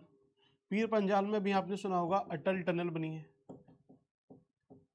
अटल टनल, जो हिमाचल प्रदेश को और JNK को एक तरह से ऑल वेदर कनेक्टिविटी प्रोवाइड करने में मदद करती है। तो ये समझ में आया आपको? तो ट्रांस हिमालय इंडिया में है, यस, इंडिया के JNK में पड़ता है। उसकी 4 रेंजेस हैं, 4 रेंजेस ये हैं। और काराकोरम, लद्दाख, जास्कर, पीर पंजाल ये अलग अलग हैं। और इनमें जो पहाड़ की चोटियां हैं वो मैंने आपको बताई। ठीक, अब आप देखो एवरेज हाइट यहाँ पे ऑब्वियसली सबसे ज्यादा होगी। यहाँ पे देखिए 8611 तो हाइट है, लेकिन इन सबको हम एवरेज कर लें तो लगभग 6000 मीटर की हाइट या 6 किलोमीटर की एवरेज हाइट है। 8000 तक भी पहुंचती है, उससे कम भी रहती है, लेकिन एवरेज यहाँ पे 6000 हाइट है। तो अब आप बताओ मुझे, यहाँ पे ठंडा होगा? बहुत ठंडा होगा, कोल्ड होगा यहाँ पे। ठीक, ठंडा है, यहाँ पे स्पेसीज ज़्यादा कुछ होंगी, प्लांट, पौधे, जानवर वगैरह नहीं होंगे। कुछ होंगे जैसे स्नो लेपर्ड वगैरह, बाकी ज़्यादा नहीं होंगे। तो स्पेसीज भी यहाँ पे कम होंगी। यहाँ पे कोई पॉपुलेशन रहती होंगी, कुछ ट्राइब्स रहती होंगी, आमतौर पर ज़्यादा पॉपुलेशन नहीं रहती होगी क्योंकि एक्सट्रीम कंडीशन है। अब पॉपुलेशन नहीं है तो यहाँ पे इकोनॉमिक एक्टिविटीज़ नहीं होगी, तो फिर ये अंडर डेवलप रीजन आपका रहेगा। ठीक, ये समझ में आया आपको? ट्रांस हिमालय पूरा है। अब ट्रांस हिमालय से ही मिलती हुई एक बात आपको मैं बताता हूँ उत्तराखंड के कंटेक्स्ट में। ये उत्तराखंड है। अब ट्रांस हिमालय क्या है ना, ट्रांस हिमालय, सपोज ये आपका ग्रेट हिमालय है, ग्रेट हिमालय, तो इसके ऊपर ट्रांस हिमालय जाएगा, ट्रांस हिमालय। लेकिन ट्रांस हिमालय आगे जाके, क्योंकि ये सब पहाड़ी है, तो ये इसमें जाके कहीं मर्ज हो रहा है, तो वो उत्तराखंड से आगे जाके मर्ज होता है, नेपाल या आगे। तो उत्तराखंड में इसलिए इसकी रेंज नहीं आती है। फिर कंफ्यूजन क्यों होता है? कंफ्यूजन इसलिए होता है क्योंकि यहाँ पे देखिए माणा पास है, यहाँ पे लीपू लेक है, ठीक, नीति है, हेलांग, ये सब है। अब पासेस हैं और ऊपर से ये सब पूरा पहाड़ ही है। इसके ऊपर ये ट्रांस हिमालय है, ये ट्रांस हिमालय है, यहाँ पे ये ग्रेट हिमालय पड़ता है। अब क्योंकि पहाड़ पहाड़ के बीच में पासेस हैं तो लोग कंफ्यूज हो जाते हैं कि ये ग्रेट हिमालय ही है, जबकि ग्रेट हिमालय नहीं है। ऊपर से एक्टिविटीज, यहाँ से व्यापार चलता है तिब्बत से। अब तिब्बत में भी पहाड़ है, यहाँ भी पहाड़ है, व्यापार है, लोग आ जा रहे हैं, तो उस वजह से कुछ कंफ्यूजन रहता है। लेकिन आगे जाके मर्ज होता है। अब यहाँ पे कुछ चोटी इसकी ऐसा थोड़ी है यहाँ नहीं होगी, कुछ हो जाएंगी, लेकिन एक्चुअल में देखा जाए तो इसको मानते नहीं है, ज्यादातर ज्योग्राफर इसको मानते नहीं है कि ये उत्तराखंड में है। तो पहला आपका समझ में आया ट्रांस हिमालय। ठीक, दूसरा, अब दूसरा देखते हैं, ये समझ में आया। दूसरा आपका उसके नीचे जो हाइट पे आएगा वो आएगा ग्रेट हिमालय या बृहद हिमालय, बृहद हिमालय।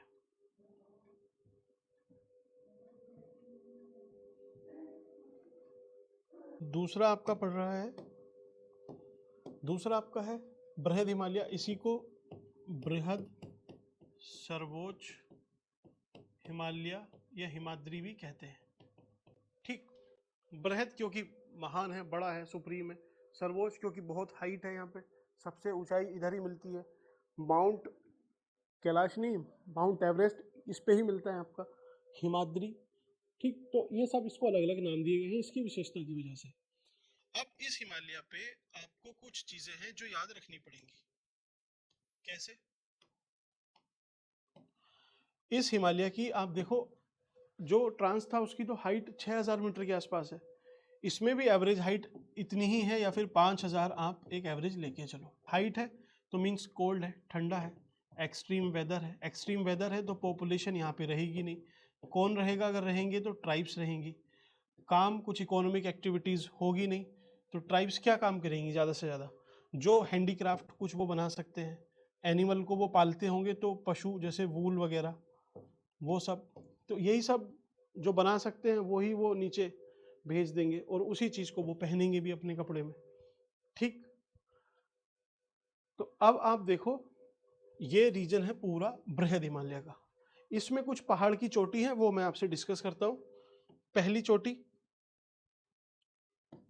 अब ये जो नांगा पर्वत था, ठीक, आप इसी का एक्सटेंशन मान लीजिए कि कहीं लगभग इसी हाइट पे, क्योंकि इसकी हाइट एक है, इसकी एक है, ये लगभग इसी हाइट पे पड़ रहा है आपका, तो इसकी को आप ग्रेट हिमालय, आगे जब हम एक्सटेंड करते हैं तो ये ग्रेट हिमालय है आपका। वेस्ट में आप देखोगे तो चलो मान लो इसमें कि नांगा पर्वत इसी की श्रृंखला है। ठीक, अब ज्यादातर इसकी जो हाइट है वो उत्तराखंड में है, और उत्तराखंड में भी कुछ इस तरीके से। उत्तराखंड अभी आएंगे, ये क्या है, ये देखिए आपका उत्तराखंड है इतना, उत्तराखंड।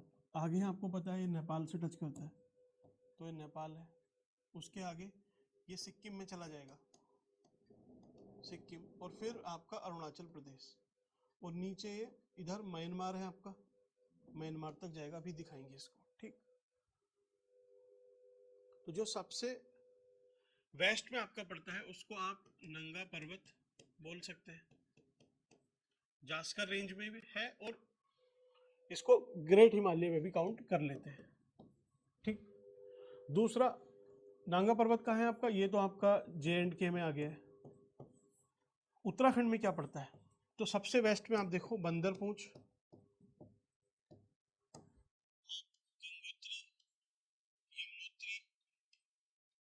केदारनाथ, बद्रीनाथ, बद्रीनाथ केदारनाथ, नंदा देवी, नंदा देवी, कामेत, ये सारे पर्वत इसी में है, और हाइट भी इसकी ज्यादा है। तो सबसे ऊंची चोटी कहाँ मिल जाएगी? यही नंदा देवी और कामेत, ये भी उत्तराखंड में ही है। अब हम आगे जाते हैं तो नेपाल हिमालय में यही हिमालय की जो पीक है वो मिलती है। सबसे शुरू में अगर हम अरेंज करें तो धौलागिरी, धौलागिरी, उसके बाद धौलागिरी के बाद आपका अन्नपूर्णा, अन्नपूर्णा, देखिए धौलागिरी, गिरी का मतलब ही पहाड़ होता है, गिरी, गिरीश्वर, अन्नपूर्णा। इसके बाद आपकी पड़ती है मैकालू, उसके आगे गौरी शंकर, गौरी शंकर, गौरी शंकर के आगे आप माउंट एवरेस्ट, और ये मनसालू है, मनसालू, और यहाँ आपकी पड़ती है मैकोले, ऐसे कुछ करके एक रेंज पड़ती है। ठीक, तो ये आपकी नेपाल हिमालय में हुई, नेपाल में। सिक्किम हिमालय में कंचनजंगा, कंचन, और अरुणाचल प्रदेश में नामचा वारवा, ये पड़ती है। नीचे फिर ये चला जाएगा म्यांमार में, म्यांमार, अराकन यूमार, फिर नीचे अंडमान निकोबार। ठीक, तो ये आपको क्लियर हुआ। अब ट्रांस हिमालय, ग्रेट हिमालय, इसके नीचे जो आएगा वो क्या होगा? उसको मिडिल हिमालय बोल लेंगे हम, इसको मिडिल हिमालय या फिर लेसर हिमालय। ठीक, ये मिडिल हिमालय है, मिडिल हिमालय, लेसर हिमालय भी बोल सकते हैं इसको। ठीक, इसको हिमाचल भी बोलते हैं, हिमाचल। ये टूरिस्ट के लिए एक पैराडाइज होता है, क्योंकि ना तो यहाँ पे एक्सट्रीम, एकदम एक्सट्रीम चोटियाँ हैं, और ना ही ऐसा है कि ये शिवालिक में आता है जो बिल्कुल आउटर हिमालय है, या फिर पहाड़ वहाँ पे कम है। यहाँ पे ठीक ठाक पहाड़ होते हैं, आपको पूरा मज़ा देते हैं, और सारी जितने भी टूरिस्ट अट्रैक्शन है आप नाम गिनो और मिडिल हिमालय में ही आएगा। आप चाहे हिमाचल प्रदेश से स्टार्ट करो, हिमाचल से शिमला, कुल्लू, मनाली, ये तो सब इसमें है ही। आप इधर आ जाइए, मसूरी भी इसी में आता है आपका, नैनीताल,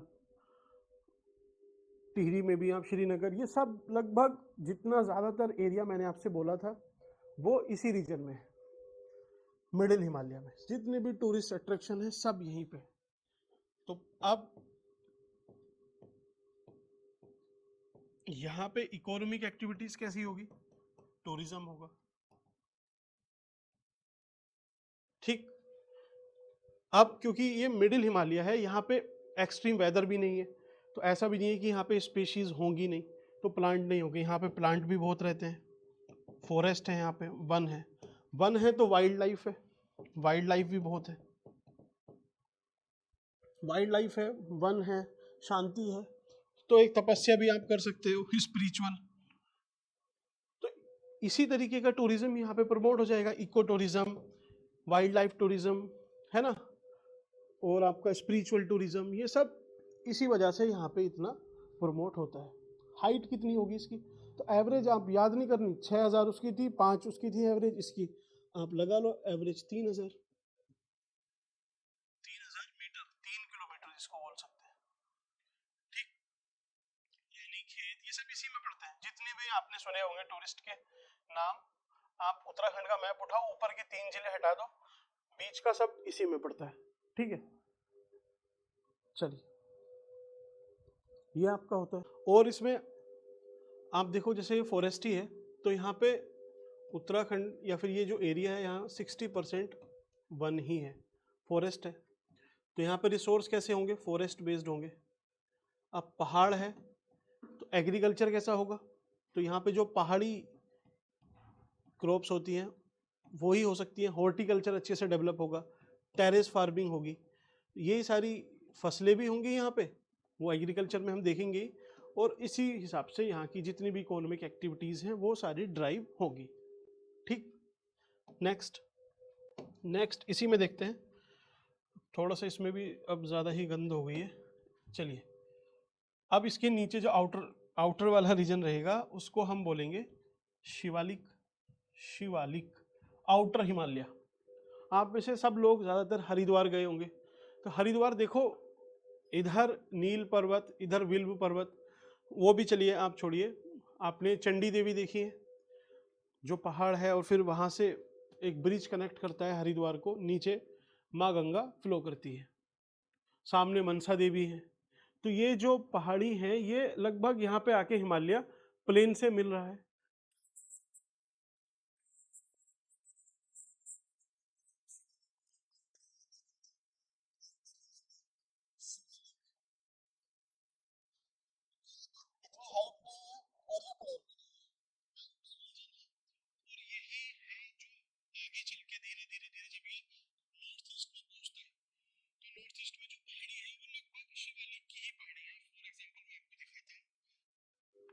ठीक है, आपने अरुणाचल प्रदेश में दाफला, मिशमी, अबोर, ये सब सुना होगा, वो सब इसी से ड्राइव होता है ये। अरे यार, चलिए,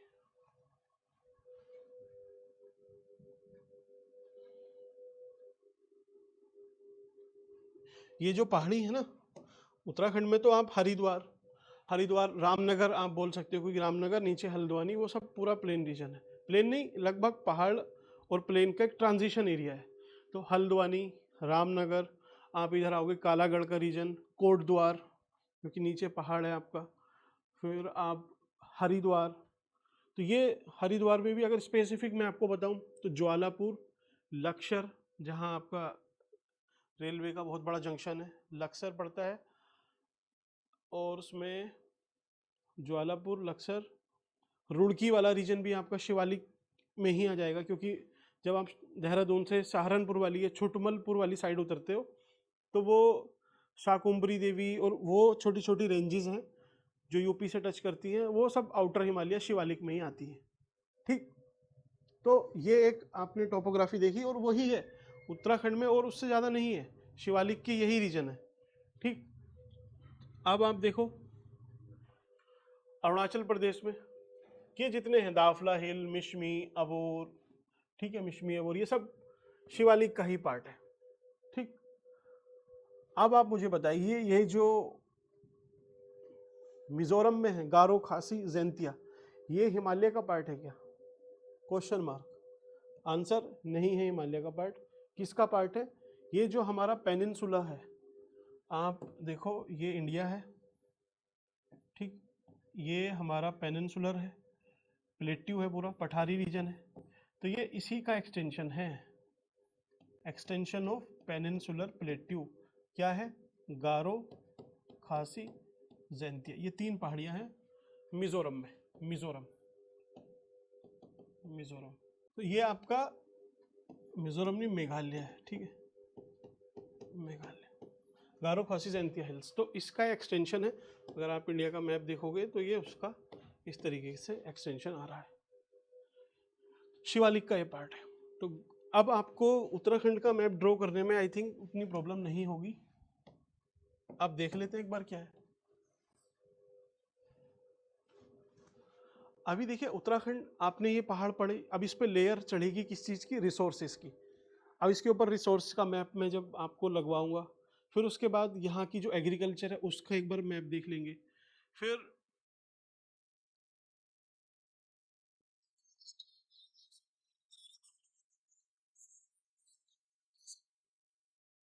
मैं आपसे बोलता हूँ उत्तराखंड के बारे में आप लिखिए, या फिर यहाँ की जियोग्राफी के बारे में थोड़ा डिस्क्रिप्शन दीजिए। तो पहला आप पॉइंट लिख दो माउंटेन के बारे में, दूसरा रिवर के बारे में, तीसरा एनवायरनमेंट के बारे में, फिर क्लाइमेट के बारे में, यहाँ की पॉपुलेशन के बारे में, रिसोर्सेज के बारे में। तो ये मैं आपको क्रोनोलॉजी में समझाऊंगा ताकि मेंस का आंसर हम पूरा लिख पाए। अभी मेंस का पहले मैंने सोचा कि डिस्कस करूं, बट वो क्या ना आपके लिए आधा सा रहेगा। मैं आपको क्वेश्चन देता हूँ जो पूछे गए हैं, लेकिन उसका आंसर सिर्फ आप हिमालय से नहीं दोगे।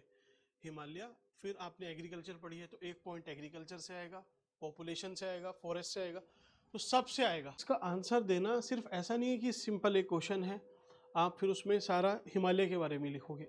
आपसे अगर हिमालय के बारे में पूछा भी जाता है तो आपने हिमालय लिखा, कहाँ पे है, उसकी हाइट लिखी, और आपको एक स्मार्टली, चलिए इसी से बताता हूँ। एक सपोज ये आपको ट्रांस हिमालय है, ये ग्रेट हिमालय है, और ये आपका क्या है? हिमाचल है। हिमाचल या मिडिल हिमालय, ये ग्रेट हिमालय, और ये आपका ट्रांस हिमालय। ठीक, आपसे पूछता है कि ग्रेट हिमालय का डिस्क्रिप्शन दो। ठीक, तो आपको क्या समझाना है? पहले इसकी लोकेशन, कि ग्रेट हिमालय कहाँ पे है। आपको नहीं, ऐसे नहीं देखना कि ये ट्रांस हिमालय के साउथ में है और जो हिमाचल है या मिडिल हिमालय है उसके ऊपर है। इंग्लिश में लिखना है, it lies in the south of trans Himalaya and to the north of Himachal. पहला पॉइंट लिखा, सही है। दूसरा, एवरेज हाइट इसकी लगभग 5 से 6,000 या 5500 मीटर के आसपास है, हाइट ज़्यादा है। फिर तीसरा पॉइंट आएगा, हाइट ज़्यादा है तो यहाँ पे एक्सट्रीम क्लाइमेट है, ठंडी ज़्यादा है। उसके बाद आप लिखोगे ठंड ज़्यादा है तो यहाँ पे स्पीसीज उतनी कम है, प्लांट उतने कम है, प्लांट डाइवर्सिटी नहीं है, उसी की वजह से यहाँ पे वाइल्ड लाइफ उतनी डाइवर्स नहीं है, वो लिखोगे। उसके बाद लिखोगे अब ऐसी सिचुएशन है तो यहाँ पे पॉपुलेशन बहुत कम रहती है। कैसी पॉपुलेशन रहती है? ट्राइबल रहती है। अगला पॉइंट कि जब ट्राइबल रहते हैं तो इकोनॉमिक एक्टिविटीज़ कैसी होगी? वहीं लोकल की कोई एक्टिविटीज़ होगी जो वहाँ पे लोकली रिसोर्स मिलता होगा, तो वैसी इकोनॉमिक एक्टिविटीज़ होगी, ज़्यादा ऐसा कुछ डेवलपमेंट होगा नहीं। और ऐसे करके आप पूरा डिस्क्रिप्शन दे दोगे। और एग्रीकल्चर के बारे में लिख सकते हो, कैसी एग्रीकल्चर होगी। तो ये कोई ऐसा नहीं है कि आप इससे आपका आंसर बन जाएगा। आपका आंसर बना है अलग अलग, क्योंकि मेरे दिमाग में वो चीज़ें हैं, तो अलग अलग पॉइंट को मैं बस दिमाग में घुमाना है और वही आपके सामने रख दिया। आपको लग रहा है कि बहुत कुछ पता है, कुछ ऐसा पता नहीं है, बस तरीके से चीज़ें अगर आपको याद हो जाएंगी, जो मेरी कोशिश है, तो फिर आपको मेरी भी ज़रूरत नहीं है, नहीं देखना है उसके बाद, एक बार देख लो फिर ख़त्म। ठीक, तो इस तरीके से आपको लिखना है। तो अभी पहले एक काम करते हैं, ज्योग्राफी पहले पूरी कर लेते हैं, जितने भी इसमें लेक्चर आपके होंगे 12-13 में पूरी हो जाएगी। उसके बाद इसके सारे पहले PYQs कराएंगे, प्रीलिम के, फिर मेंस के, और इंटरव्यू का तो आपका ये सामने चल ही रहा है। ठीक है, ये होता है। अब ग्रेट हिमालय हमने पढ़ा था, तो चलिए उसके साथ साथ उसकी पीक्स भी देख लेते हैं। पहाड़। आपको देखिए एक चीज अब यहां से थोड़ा कॉन्सेप्ट बिल्ड हुए होंगे कि ये उत्तराखंड है, ये उत्तराखंड का मैप है। तो आप मुझे बताइए ग्रेट हिमालय कहाँ पे है? तो ग्रेट हिमालय इस रेंज में है। अब ग्रेट हिमालय की सबसे ज्यादा हाइट है, ठीक। तो जितने भी माउंटेन की पीक होंगी, जो चोटियां होंगी, जो शिखर होंगे, वो कहाँ मिलेंगे? पहली बात कहाँ मिलेंगे सोच के बताइए। ग्रेट हिमालय वाले रीजन में मिलेंगे, और उत्तराखंड के भी ग्रेट हिमालय वाले रीजन में मिलेंगे। तो उत्तराखंड का ग्रेट हिमालय वाला रीजन आप खुद दिमाग से इमेजिन करो, यही होगा। अब क्यों? क्योंकि ये नेपाल से, सॉरी, चाइना से टच कर रहा है। तो यहाँ पे मैंने आपको एक जिला बोला था उत्तरकाशी, ये था चमोली, ये था पिथौरागढ़। तो इन 3 जिलों में ही सारी पीक्स होंगी। अब आप जितनी भी पीक्स हैं नीचे के ये सब हटा दो, सिंपल है, ऊपर होंगी। अब ये यहाँ लाइन से आप देख लो, चमोली चमोली चमोली उत्तरकाशी, चमोली पिथौरागढ़, चमोली चमोली चमोली चमोली चमोली चमोली पिथौरागढ़, उत्तरकाशी चमोली चमोली उत्तरकाशी चमोली। ठीक, इधर आ जाओ, उत्तरकाशी उत्तरकाशी चमोली, उत्तरकाशी चमोली चमोली चमोली चमोली। इन 3 जिलों में ही है। तो बाकी के, अब आपको एक क्वेश्चन पे वो 4 ऑप्शन देता है, 1 2 3 4, ठीक। उन 4 ऑप्शन में पूछता है कि ये वाली पहाड़ या ये वाली चोटी कहाँ पे है। तो एक आपको, चलिए उसने उत्तरकाशी दिया, बहुत टफ बना रहा है तो। दूसरा पिथौरागढ़ दिया, तीसरा आपका चमोली, चौथा उसने दिया नैनीताल, या कुछ भी बाकी के 10 जिलों में से कोई सा भी जिला दे देता है। तो आप क्या करोगे, इसको सबसे पहले निकाल दोगे कि इसका तो मतलब ही नहीं है, इन 3 जिलों में ही है। और इन 3 जिलों में भी ऐसा नहीं है कि वो ये तीनों रखेगा, इसमें से भी हो सकता है एक आध नहीं दे, इसकी जगह कुछ और दे देता है। तो आप 50-50 में सिर्फ इस कॉन्सेप्ट से पहुंच गए हो। अब आप इस मैप को एक बार देखो, ये अच्छा, इसको क्रेडिट देना है हमें दृष्टि को। दृष्टि आईएएस का ये आपका मैप है, और ये जो लिखा हुआ है वहाँ से मैंने लिया है, क्योंकि खुद से वो बनाना मेरे लिए बहुत चैलेंजिंग है। तो सिंपली जहाँ पे सॉर्टेड मिला मैंने यहाँ पे लगा दिया, क्रेडिट टू दृष्टि आईएएस, ठीक।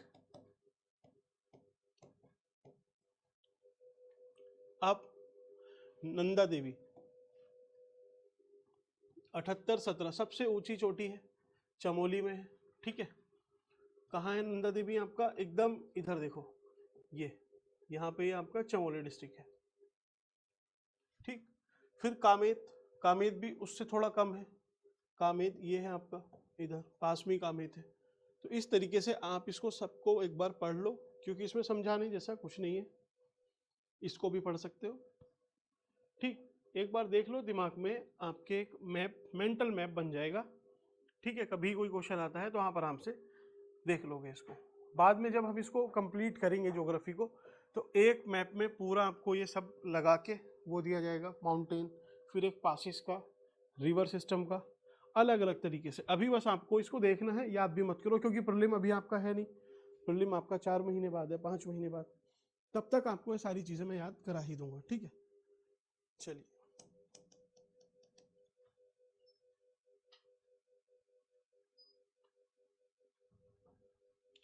हम कहाँ थे अभी? अब हम उत्तराखंड का देख लेते हैं। अब आइए ये उत्तराखंड की मेन बात जो मुझे पढ़ाना था, ठीक। ट्रांस हिमालय तो ऊपर चला गया, यहाँ पे ग्रेट हिमालय, मिडिल हिमालय, शिवालिक। तो चलिए एक बार ड्रॉ करते हैं। ग्रेट हिमालय, महान,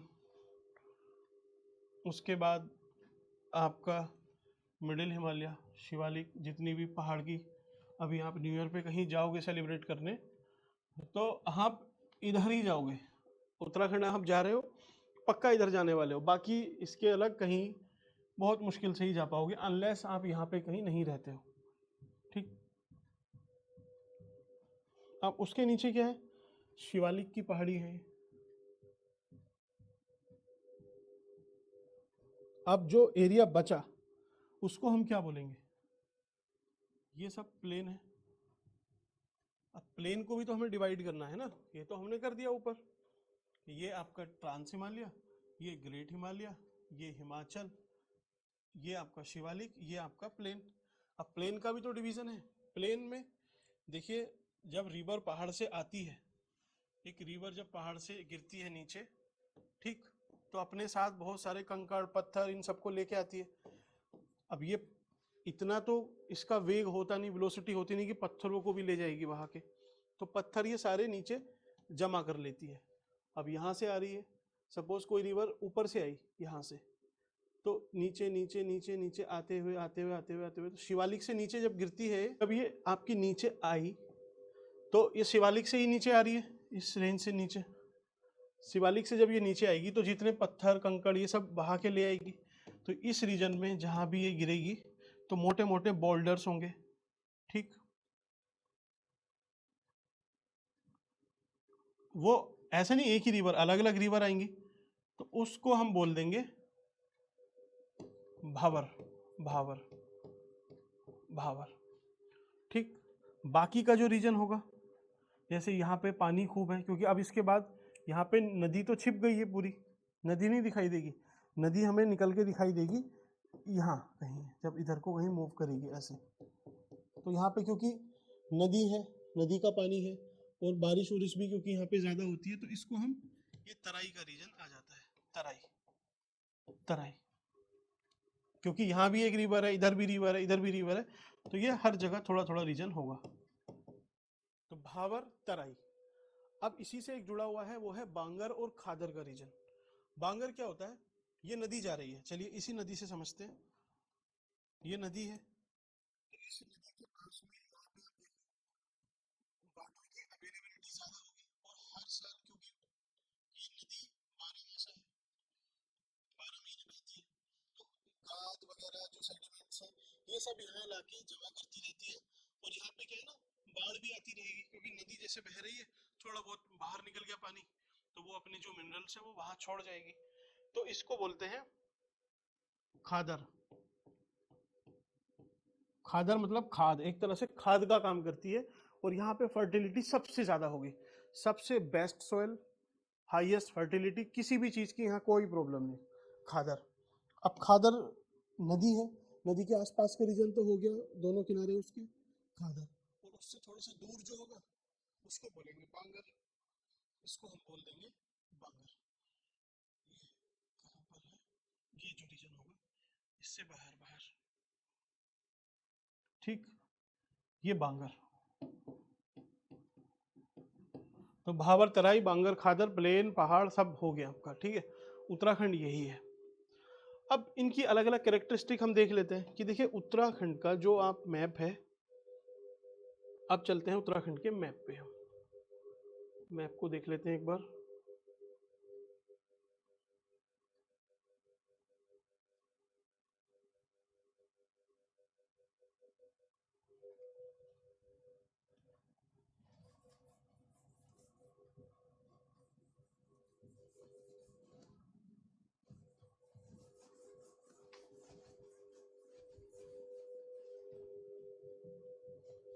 जल्दी से देखते हैं। आप देखो ये उत्तराखंड का मैप है अपना। अब आप इसमें आराम से खुद देख सकते हो कि यहाँ पे ये होगा आपका ग्रेट हिमालय वाला रीजन, ठीक। ऊपर तो ट्रांस हिमालय हो गया। अब जो इसके बीच वाला रीजन आएगा ये, ठीक, ये सब, इसको हम बोलेंगे मिडिल हिमालय या हिमाचल, हिमाचल, ये ग्रेट हिमालय। और जो नीचे वाला रीजन है उसको हम बोल देंगे ये शिवालिक, ठीक। अलग अलग रीजन है शिवालिक में, इधर रामनगर आ जाएगा आपका, कोट हल्द्वानी आ जाएगा, इधर आप कोटद्वार बोल सकते हो, हरिद्वार से नीचे वाला रीजन, ठीक है, ये शिवालिक। जो प्लेन बचा, तो प्लेन में भावर, तराई, बांगर, खादर। तो भावर जहाँ पे रिवर, जैसे जहाँ जहाँ रिवर है, जैसे गंगा रिवर निकल रही है लगभग हरिद्वार में आके आपको मिलती है, तो यहाँ पे मोटे मोटे पत्थर यहाँ पे लेके आएगी रिवर। तो यहाँ का जो रीजन होगा, जैसे जो ज्वालापुर है या जो आसपास के हरिद्वार के गांव है, वहां भी पत्थर रहेंगे, कंकड़ पत्थर खूब रहेंगे, तो इसको भावर बोल देंगे। नदी आपको उतनी अच्छे से दिखेगी नहीं। अब भाबर, और इधर क्या है, यहाँ पे ये तराई वाला रीजन हो जाएगा आपका, इधर या इसके नीचे थोड़ा बहुत ये तराई का रीजन है। बांगर और खादर नदी के जो आसपास वाला रीजन है, जैसे रुड़की, तो वो भी आपका एक तरह से खादर में आ जाएगा, और जो उससे थोड़ा सा दूर होगा वो बांगर में। ठीक है, तो बांगर, खादर, भाबर, तराई, प्लेन, पहाड़, पहाड़ पे ये चोटियाँ, अलग अलग इसका डिवीजन, ये आपको क्लियर हुआ। ठीक, तो ये है आपकी उत्तराखंड की एक तरह से टोपोग्राफी, आपने समझी, लैंडस्केप समझा क्या है, और जियोमॉर्फोलॉजी मोटी मोटी आपको समझ में आई कि क्या स्ट्रक्चर है, कैसे हिमालय बना, हिमालय कहाँ से कहाँ तक है, ये किस तरीके से है। तो पूरा जो क्रक्स है कहानी का मुझे आपको ये समझाना था, इसके लिए जो भी रिसोर्स लगे पहले वो आपके लिए एक ऐड ऑन है। ठीक,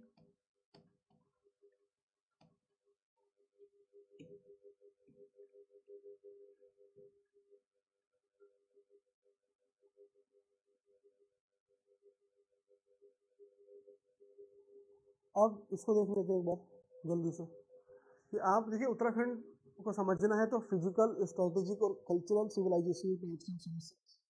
भौगोलिक मैंने आपसे बोला कि हिमालय की अलग अलग श्रेणियां, उसका रिवर सिस्टम, भावर, तराई, बांगर, खादर, इस फिजिकल डिवीजन के हिसाब से अगर आप उत्तराखंड को डिवाइड करोगे तो आपको एक आउटलेट मिल जाएगा उत्तराखंड का, जो अभी आपको मिला।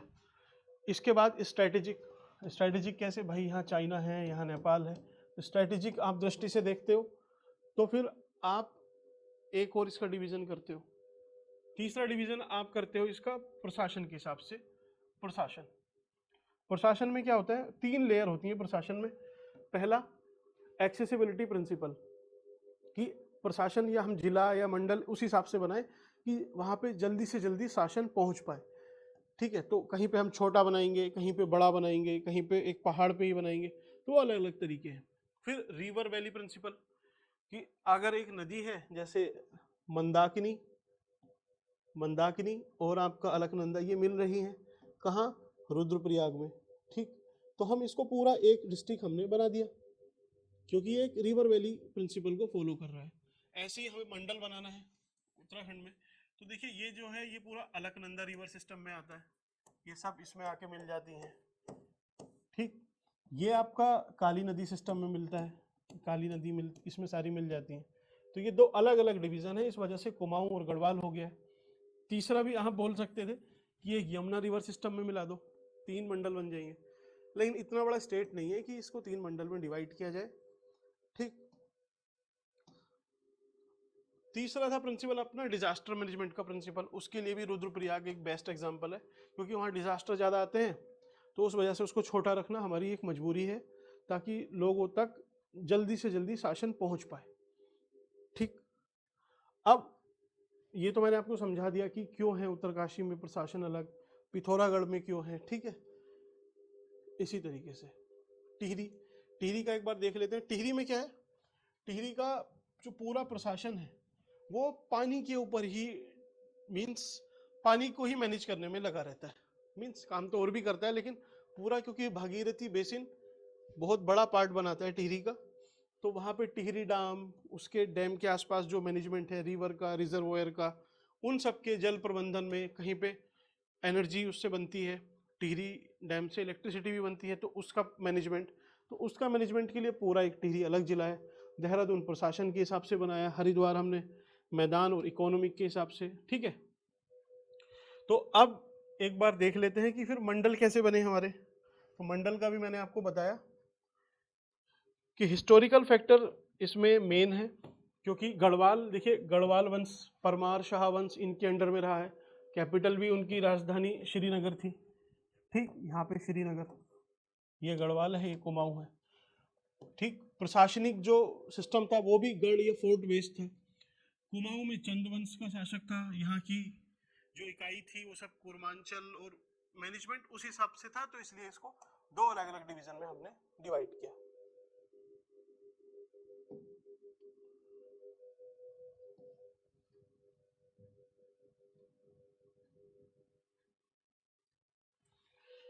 और ज्योग्राफिक फैक्टर अगर आपको बताना हो तो वाटर शेड के हिसाब से हमने डिवाइड किया हुआ है, तो एक आपने बोल दिया कि ज्योग्राफी की एक वाटर शेड है, उसके हिसाब से हमने कुमाऊं गढ़वाल को डिवाइड किया। दूसरा हिस्टोरिकल फैक्टर, तीसरा एडमिनिस्ट्रेटिव प्रिंसिपल, उस वजह से हमने इसको अलग अलग सिस्टम में डिवाइड किया। और फिर एक हिस्टोरिकल हमारी लिगेसी भी है कि जो ब्रिटिश थे उन्होंने ज़्यादातर प्रशासन उत्तराखंड में इधर किया, पहाड़ पे रहते थे, नैनीताल, मसूरी, आपका जितने भी रेजिमेंट बनाए यहाँ पे काफ़ी ज़्यादा उन्होंने काम किया। तो उस हिसाब से उन्होंने, अंग्रेजों ने गढ़वाल को अलग और कुमाऊं को अलग अलग डिस्ट्रिक्ट सिस्टम के तहत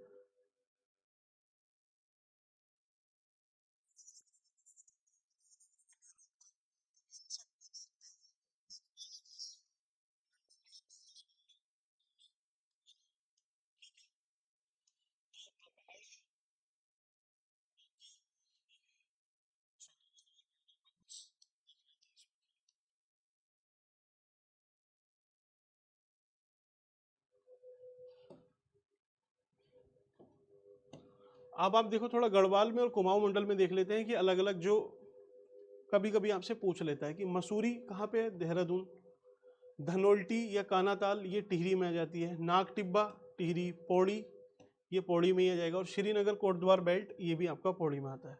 ऐसे ही कुमाऊं मंडल में अल्मोड़ा रिज अल्मोड़ा में, जागेश्वर अल्मोड़ा में, रानीखेत अल्मोड़ा, और नैनीताल भीमताल नैनीताल में, ठीक है, और जो लोअर रिज है वो बागेश्वर।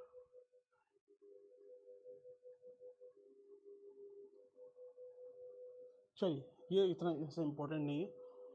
तो आपको एक चीज समझ में आई और इसमें कुछ बचता है क्या? नहीं। अच्छा, शिवालिक के कुछ क्षेत्र आपको अगर क्लियर नहीं हुए हो तो देहरादून में जैसे सहसदारा, राजपुर, डोईवाला, इसको शिवालिक में ही आता है। हरिद्वार, राजाजी नेशनल पार्क, और जो मोतीचूर वाली रेंज है, मोतीचूर का रेलवे स्टेशन भी है, वो भी इसी में आता है। ऐसे ही उधम सिंह नगर, वहाँ पे जो भावर तराई का रीजन मीन्स हल्द्वानी को आप स्पेसिफिक कह सकते हो, और पौड़ी में कोटद्वार बेल्ट, ये सब। ठीक, तो चलिए यहाँ पे अपना लेक्चर होता है पूरा। इसके बाद हम इसका रॉक सिस्टम, क्या क्या चट्टाने हैं, फिर उस चट्टानों से ही वहाँ पे मिनरल्स कैसे कैसे है, इंडस्ट्री कैसी बनी है, एग्रीकल्चर कैसा है, ट्रांसपोर्ट, ट्रेड, इकोनॉमिक एक्टिविटीज, वो सारी देखेंगे। वीडियो आपको पसंद आई हो तो आप लाइक कर सकते हैं, कुछ आपको इसमें एड ऑन कराना है तो आप बोल सकते हैं। Thank you.